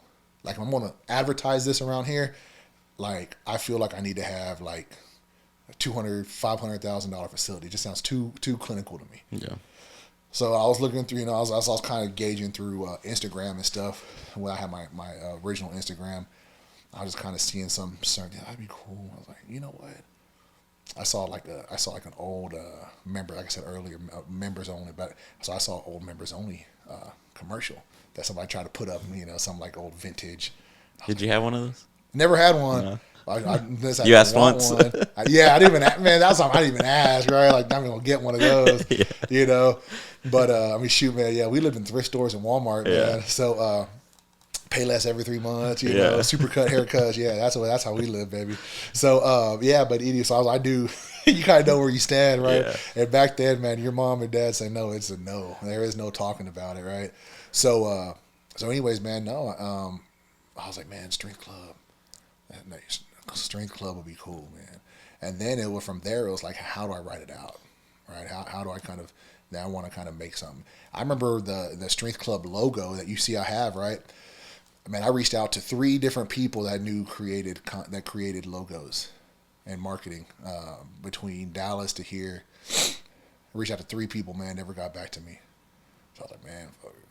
I'm gonna do it myself. I'm creative. Yeah. So I downloaded some apps, started putting stuff together, shopping, looking at pictures on the internet, trying to put stuff together. Found some apps, we got to mend them together. And I remember I shot it over to my cousin because he was to be honest, he would have done it for me, but I'm sorry, but at the time. Chisholm Trail coming up. But at the time, James, he was super swamped. He was creating logos for the company he was working. Man, he's like, Ross, man, like I'm swamped. No bit. So that's why I told him, hey, reach out to 3 other guys, no worries. And so when I showed it to him, he's like, who did this? Like, this is good. This is good. This is cool, man. He's like, well, first he's like, well, explain me the logo. And I was like, man, it's like this war room, of course, kind of what explained to him like I'm explaining to you. I'm like, but it's like a shield. That's why I have crud. That's why I have a shield, Yeah. right? And of course you have. I was like, and the sword is like a cross, and then the person with the skull with the crown, like that just shows your mortality, but the crown is of God, right? And your belief, right? And he's like, oh, okay, but you have that shield, like that's why it's on this shield, right? And I get it. And then of course. Yeah, I put like the dumbbells and the plates and stuff like that to kind of show. And so he was like, that's legit. Talked to another guy. He said, he was like, oh, that's kind of in now. So I actually sent him, so I did one. And he actually said, let's put a little more on that than what you have. It's a little too plain. I was like, okay. Sent him another one. And he's like, oh, that's a little too much, right? So I finally found that deal. And between those 2 guys, they're like, dog. Well, one of them knew I was making it. My cousin didn't. He's like, well, who did that? I was like, man, I might have done it myself. He's like, dude, that looks like super professional. So I just went with that, and it's I liked it, like the shield, how that looks, and so forth, and then and so yeah, man, and then so when it comes to who I decide to train, man, like that was all God, bro. Like I was telling my kids that not this past summer, but last summer, when I rebranded, dude, I was just thinking about just doing what I did before. To be honest with you, all of a sudden, man, talking about Joe Rollins, man.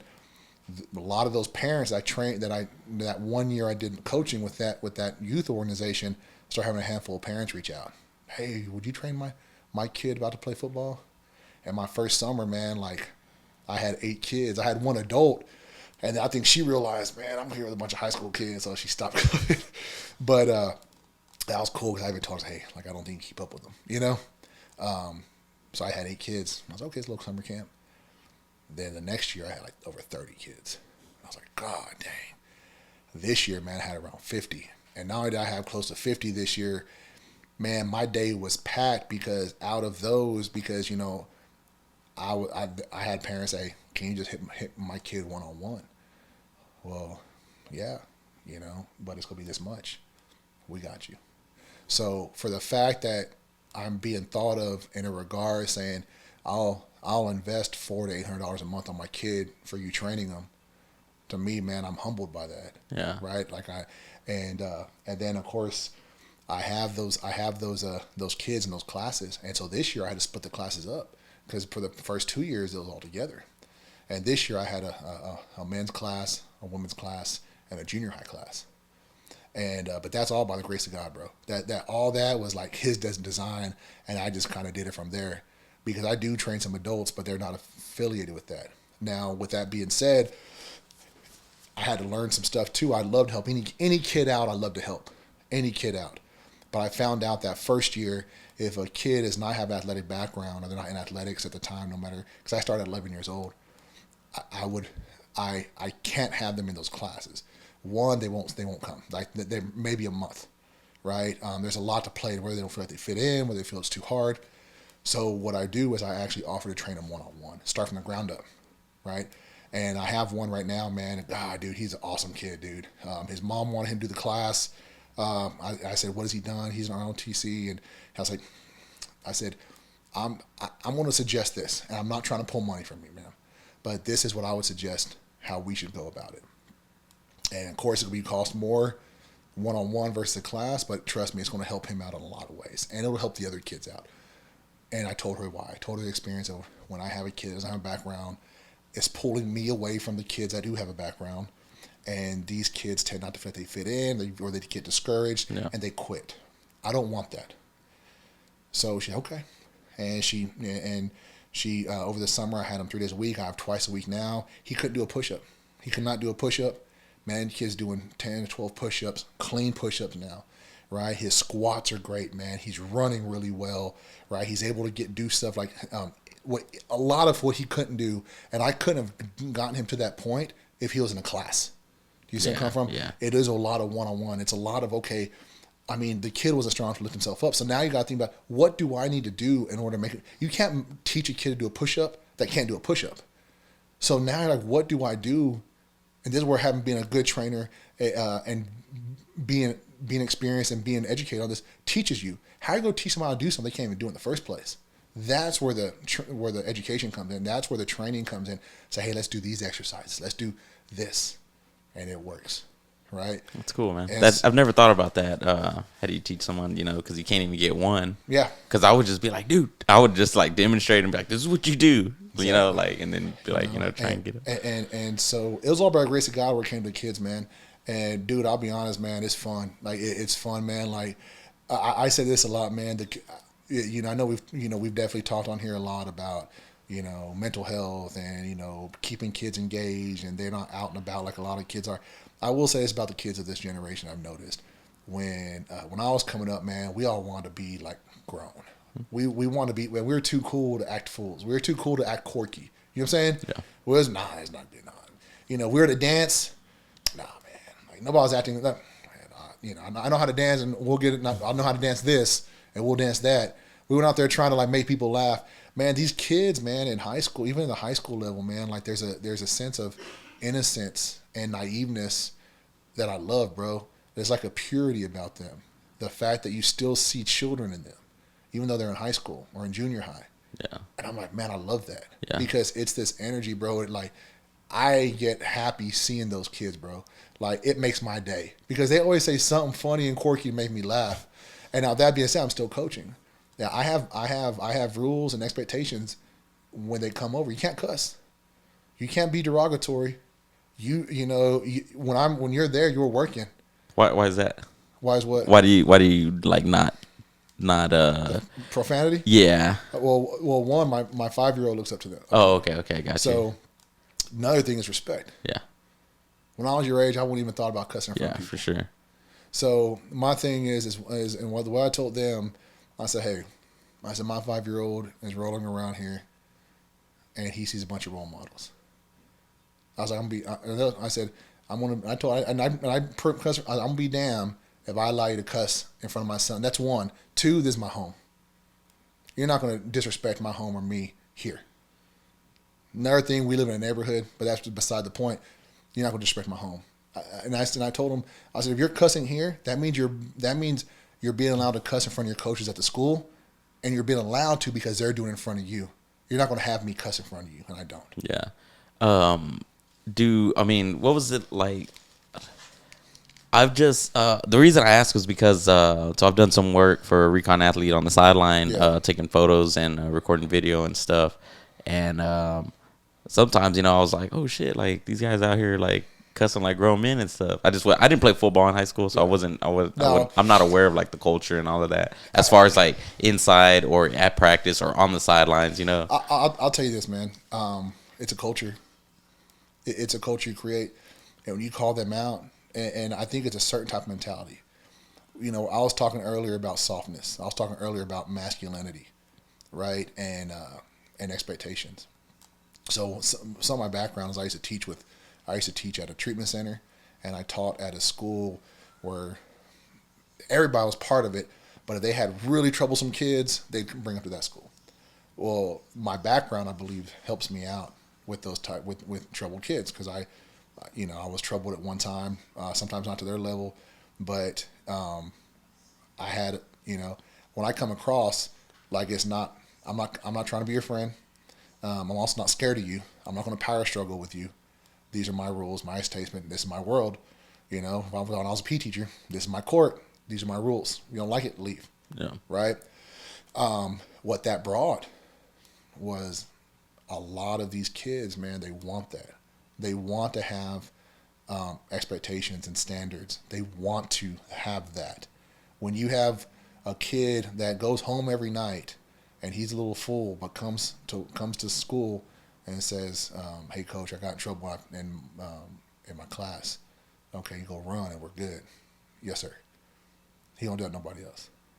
And it's how you present yourself, right? And it's like, and man, I remember when I was PE teacher up there in Elgin, man, I was like, man, how do I relate with these kids? And they were some of the older kids. And man, there's one certain class, Tuesday afternoons, last period. Whew. I was like, man. And so I had one day, I just had it. I had it, man. So I had my aide shut the door. I was like, hey, man, go shut those doors. I turned off the music. I said, man, I'll sit there. We're done playing this game. And they're like staring. Then I said, raise your hand, you've been arrested. I was like, how old are y'all? Blah, blah, blah. I was like, raise your hand, you've been arrested. By the time you're this age, I had my hand up. I said, raise your hand if. And what grade is this?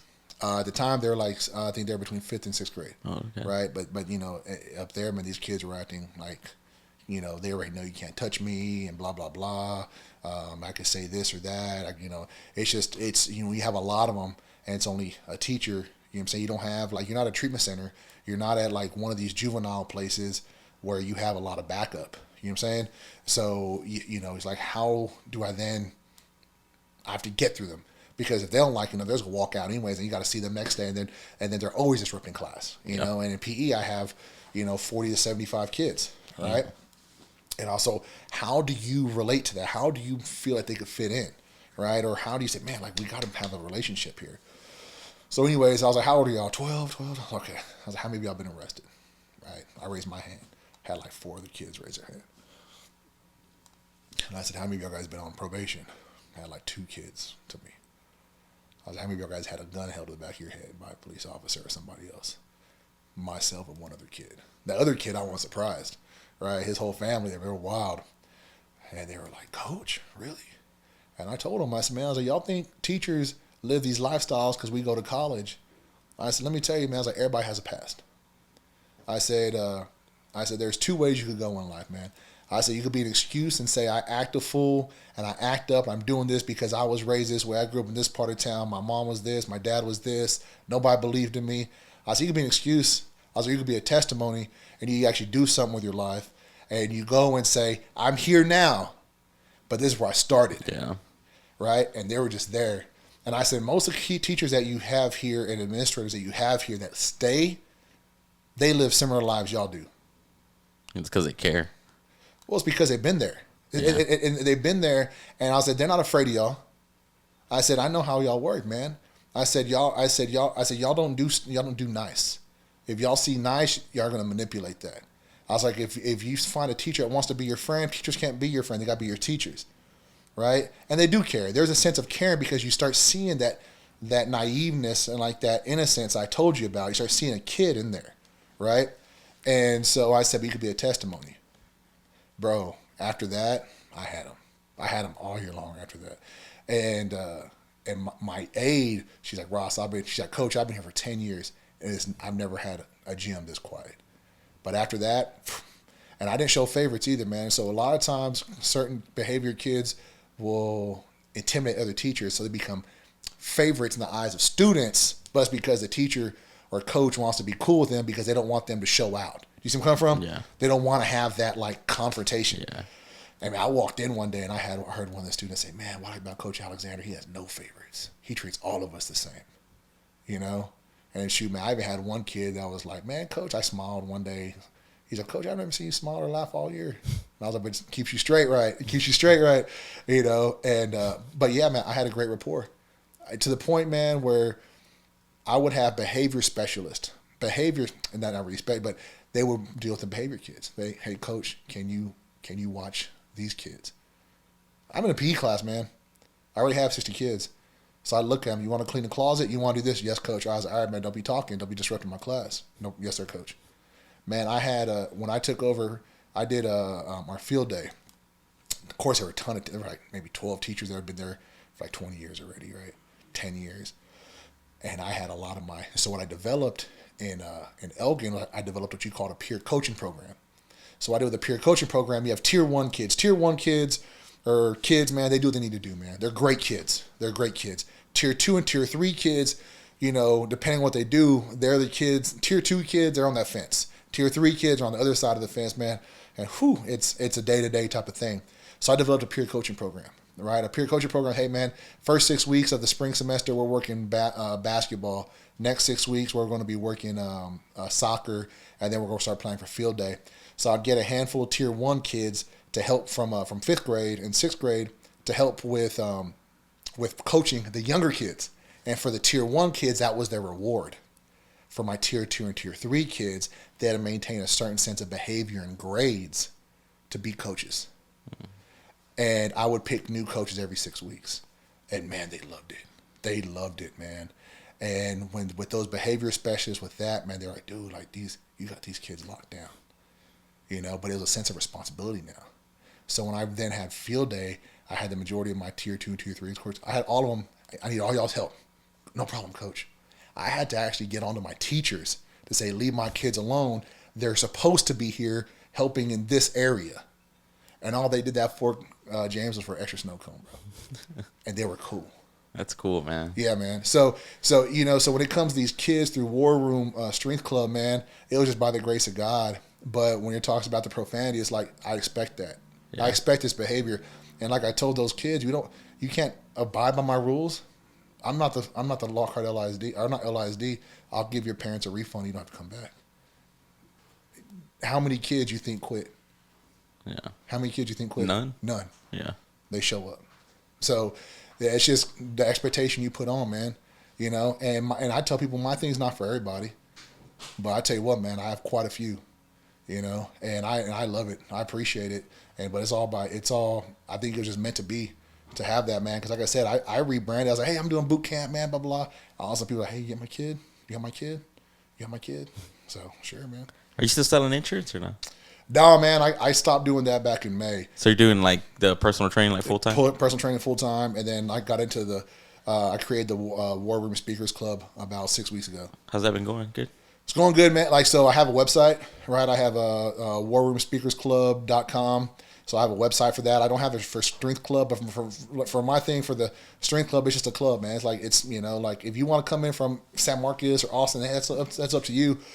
I really like the fact that I've made this a community facet. You know, I have my Facebook. People see me through there. The Speakers Club is definitely more I have to engage out.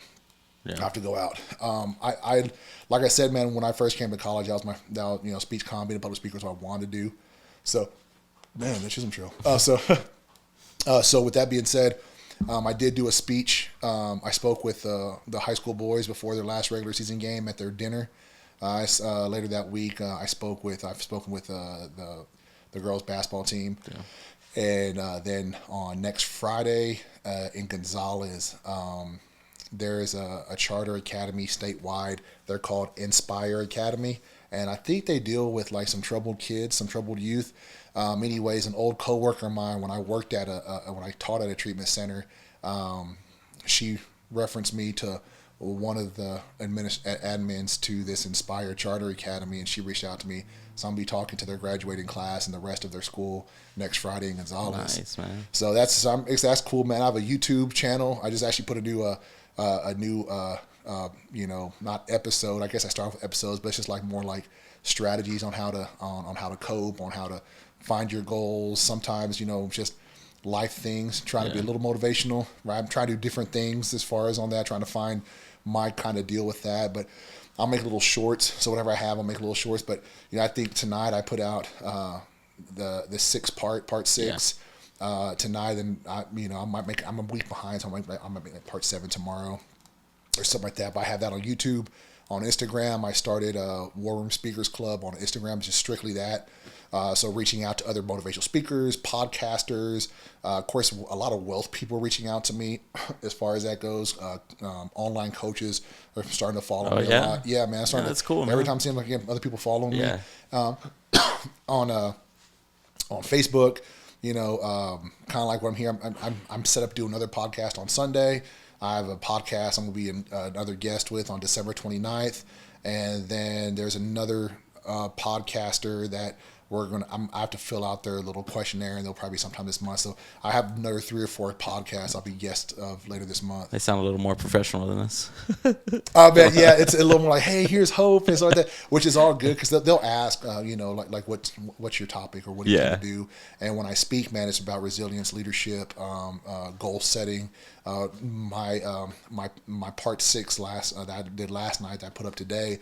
It's about resetting, right? We all get away from our goals at some point in time, and then we tend to say, "Oh, well, I'll get back to it." Never get back to it, right? Yeah. So it's 6 minutes long, but just talks about resetting that train of thought, right? Like, hey, get back on track, and this is a strategy that I use to reset myself. Yeah. And so I'm just talking about that strategy, and that's what And if people want to use, they can. But if anything, hey, there's a little story I kind of put with it. But I think it's a really cool strategy to use as far as to reset to get back on track. Yeah, that's cool, man. Before we go, man, I had 2 things I wanted to ask you. Yeah. We've already almost hit the 2-hour marker. Yeah. Joe Rogan. Yeah, yeah, dude, it goes by so quick, man. When you're like, you're engaged in the conversation, man, it just flies by. Yeah. Do you have like a specific morning routine that you go about to like get your day started that is like proven to you to be like be more productive throughout your day? Yeah, man. So first and foremost, man, like I love I walk my son to school every morning. I wake up. I'll give you step by step what I do, man. So I wake up in the morning, bro, and I'll say, Mateo, it's time to wake up, buddy. Lately, man, he's been waking himself up like at 6:30 to play a Switch, right? He wants a little Switch time, right? A little game time. But I'll say it's time to wake up. I'll go into his bathroom. I turn on the dim light, not the big light. I'll turn a dim light. I'll get his toothbrush ready. And then I put his clothes out. I just, I like to have his little stuff out. Sometimes he has to pick his own clothes, but it's just what I do, man. And so put his clothes out because mama's already at work predominantly by that time. Put his clothes out. He gets dressed. I brush his hair because once again, he's 7 years old, right? So I brush his hair. We go downstairs. I fill up his water bottle. He puts his shoes on, and we walk to school. And what I love about that, I don't have many more years. Remember, he still lives to hold daddy's hand on the way to school. Yeah. So I walk him all the way to the front door, give him a hug and a kiss on his forehead, and off to class he goes. I come back, and then typically I open a book. And it's a book that my wife bought for me a few years ago, and it's really cool, man. So I write down my manifestation, right? So my manifestation right now is I want to be number 1 public speaker in the world. Right? I know people are probably listening, oh, that's stupid, but hey, man, it's a manifestation. Yeah. And if I believe it, it doesn't matter. Yeah. And one of the things that I say all the time, and you might see like this weird picture of me with my fist across my heart, and I kind of have like a horns. But the way I look at it is like, man, if you think it, you believe it, you speak it, you can create it.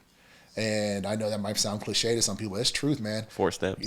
Well, you ever heard the book The Secret, right? Say,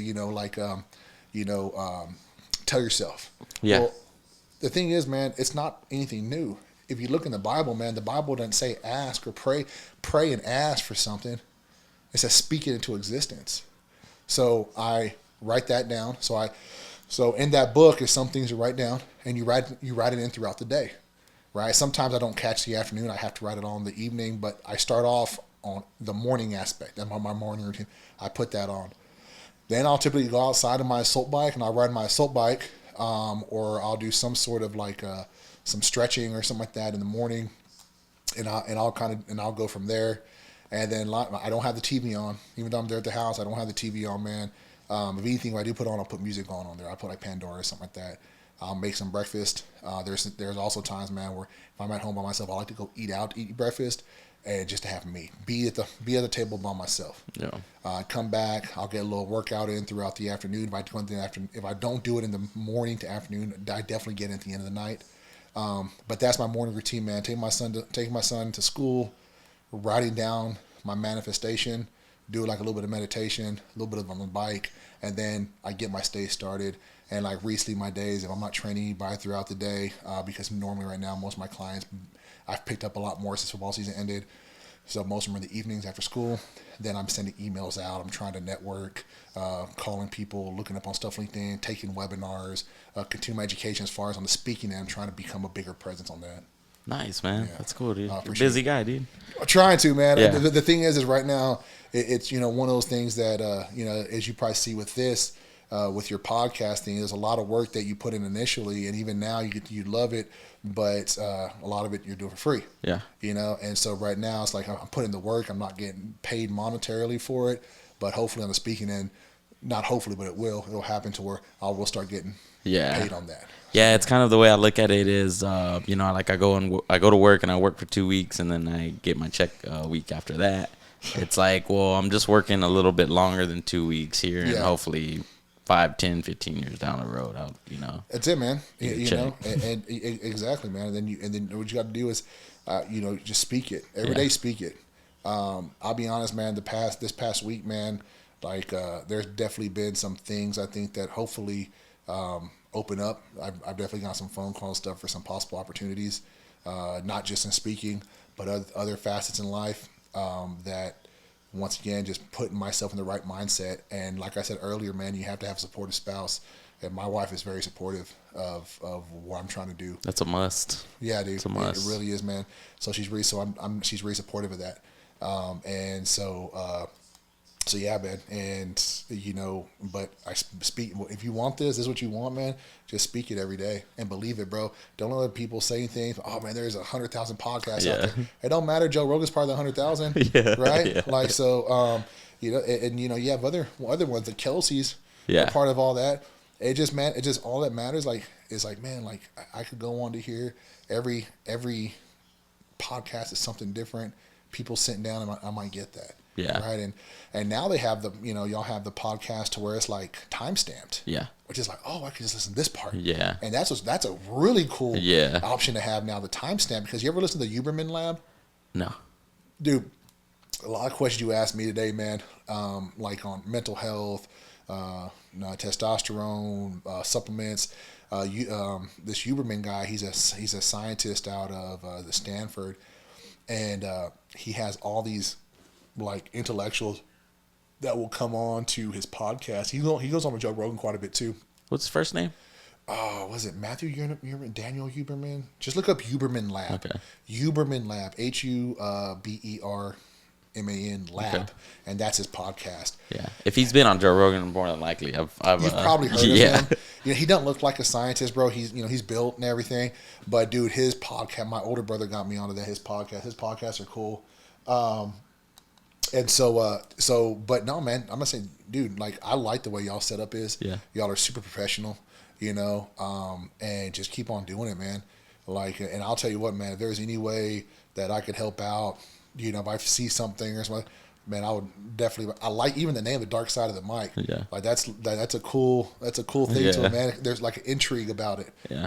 So just keep on doing it, man, and keep on manifesting. It'll work out. Thanks, man. Appreciate it. No problem, bro. All right, last one, man. Yeah.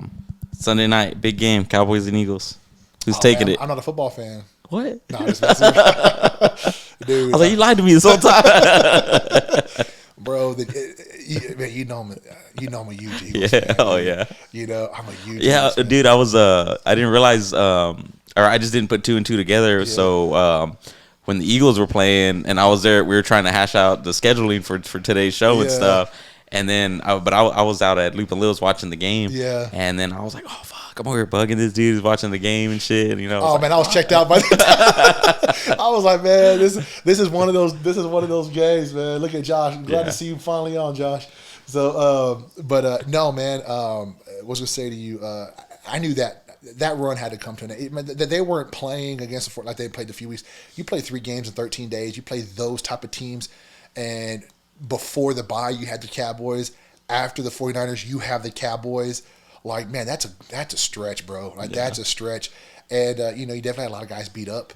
But I just, I think that the 49ers definitely, they had blood blood in the water.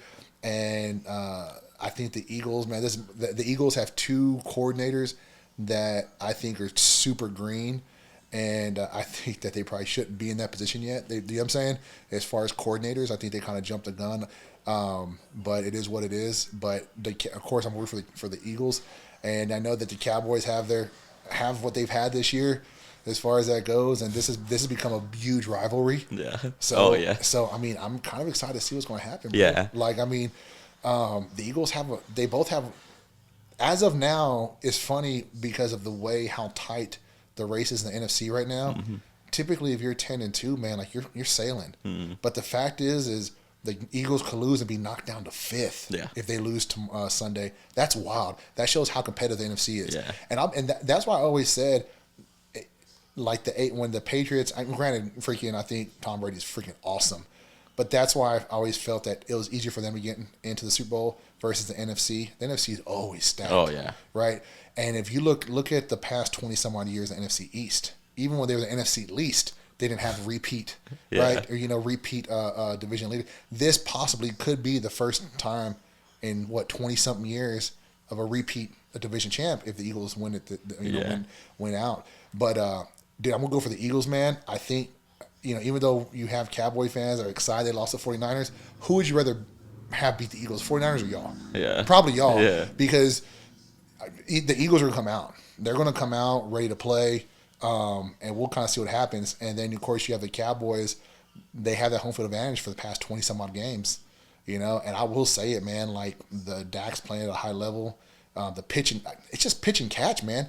Like, I'm like, dude, CeeDee Lamb's getting the ball, man. Like, the dude's getting the ball. But then the past few weeks, man, Darren Cook's kind of come up. Who's it, Ferguson? Dude, I'll be honest, that's what astonished me last year about the Cowboys. I'm all like, how the hell did the Cowboys pick up 4 tight ends at this level? You know what I'm saying? Yeah. And they lost what's his name to the Texans last year. Dalton Schultz. It didn't matter. Yeah.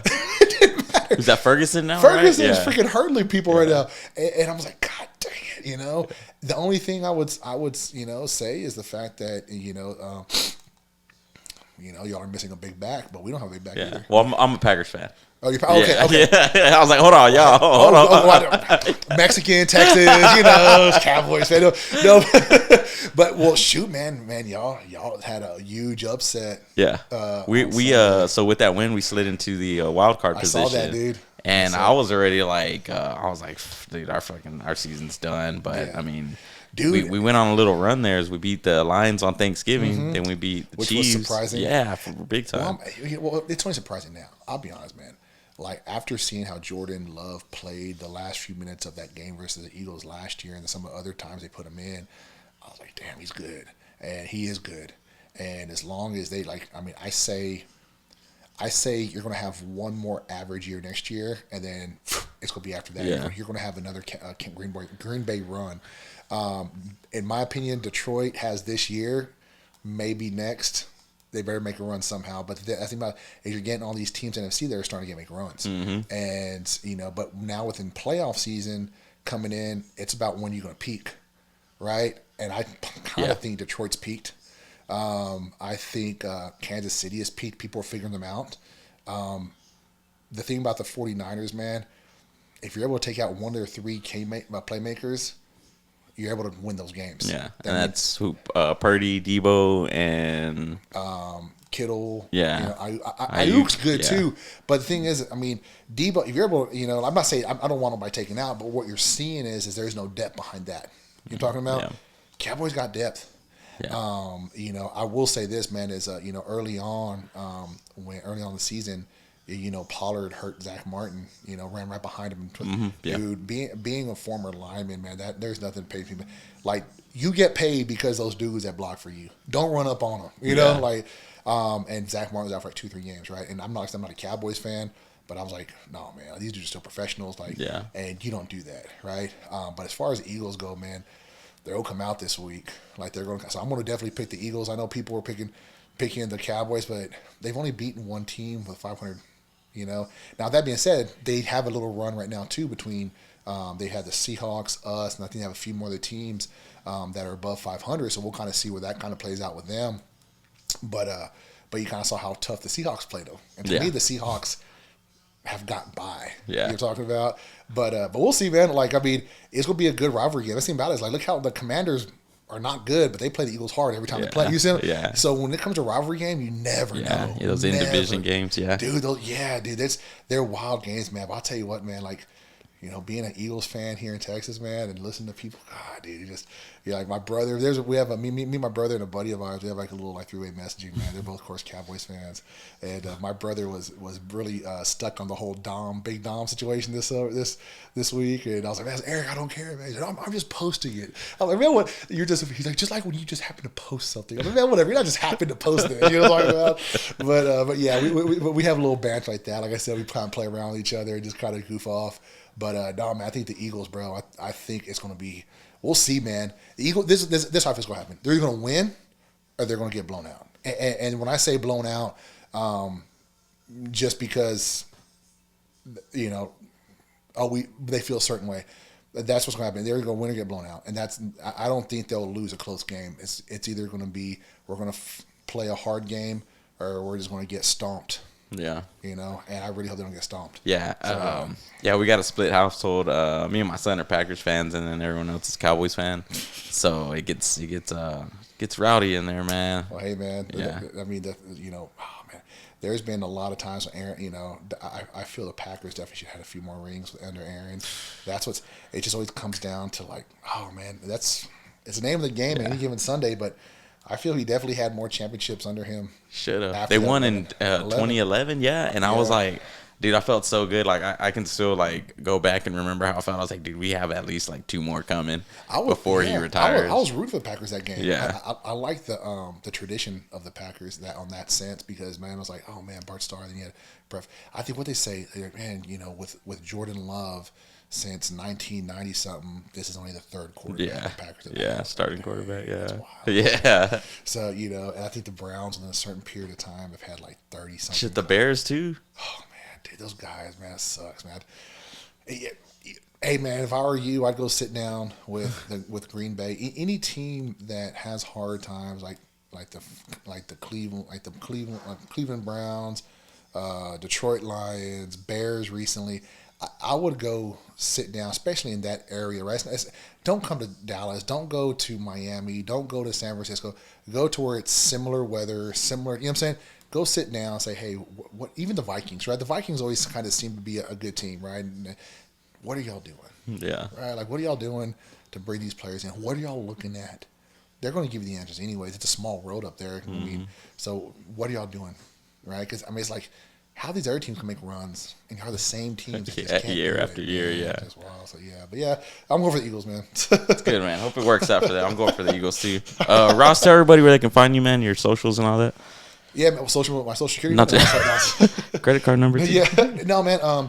So of course, you know, my personal Facebook page under Ross Alexander, but I do have a War Room Strength Club. I have a Facebook page on that. I have War Room Speakers Club in case you want me to come talk on a corporate level, or you want me to come talk at a school or from some athletes or anything like that. Just kind of tell me like what you'd like me to talk about and how you want me to approach that. I could do that. So War Room Speakers Club, War Room Strength Club, or just, you know, Ross Alexander on Instagram. It's called War _room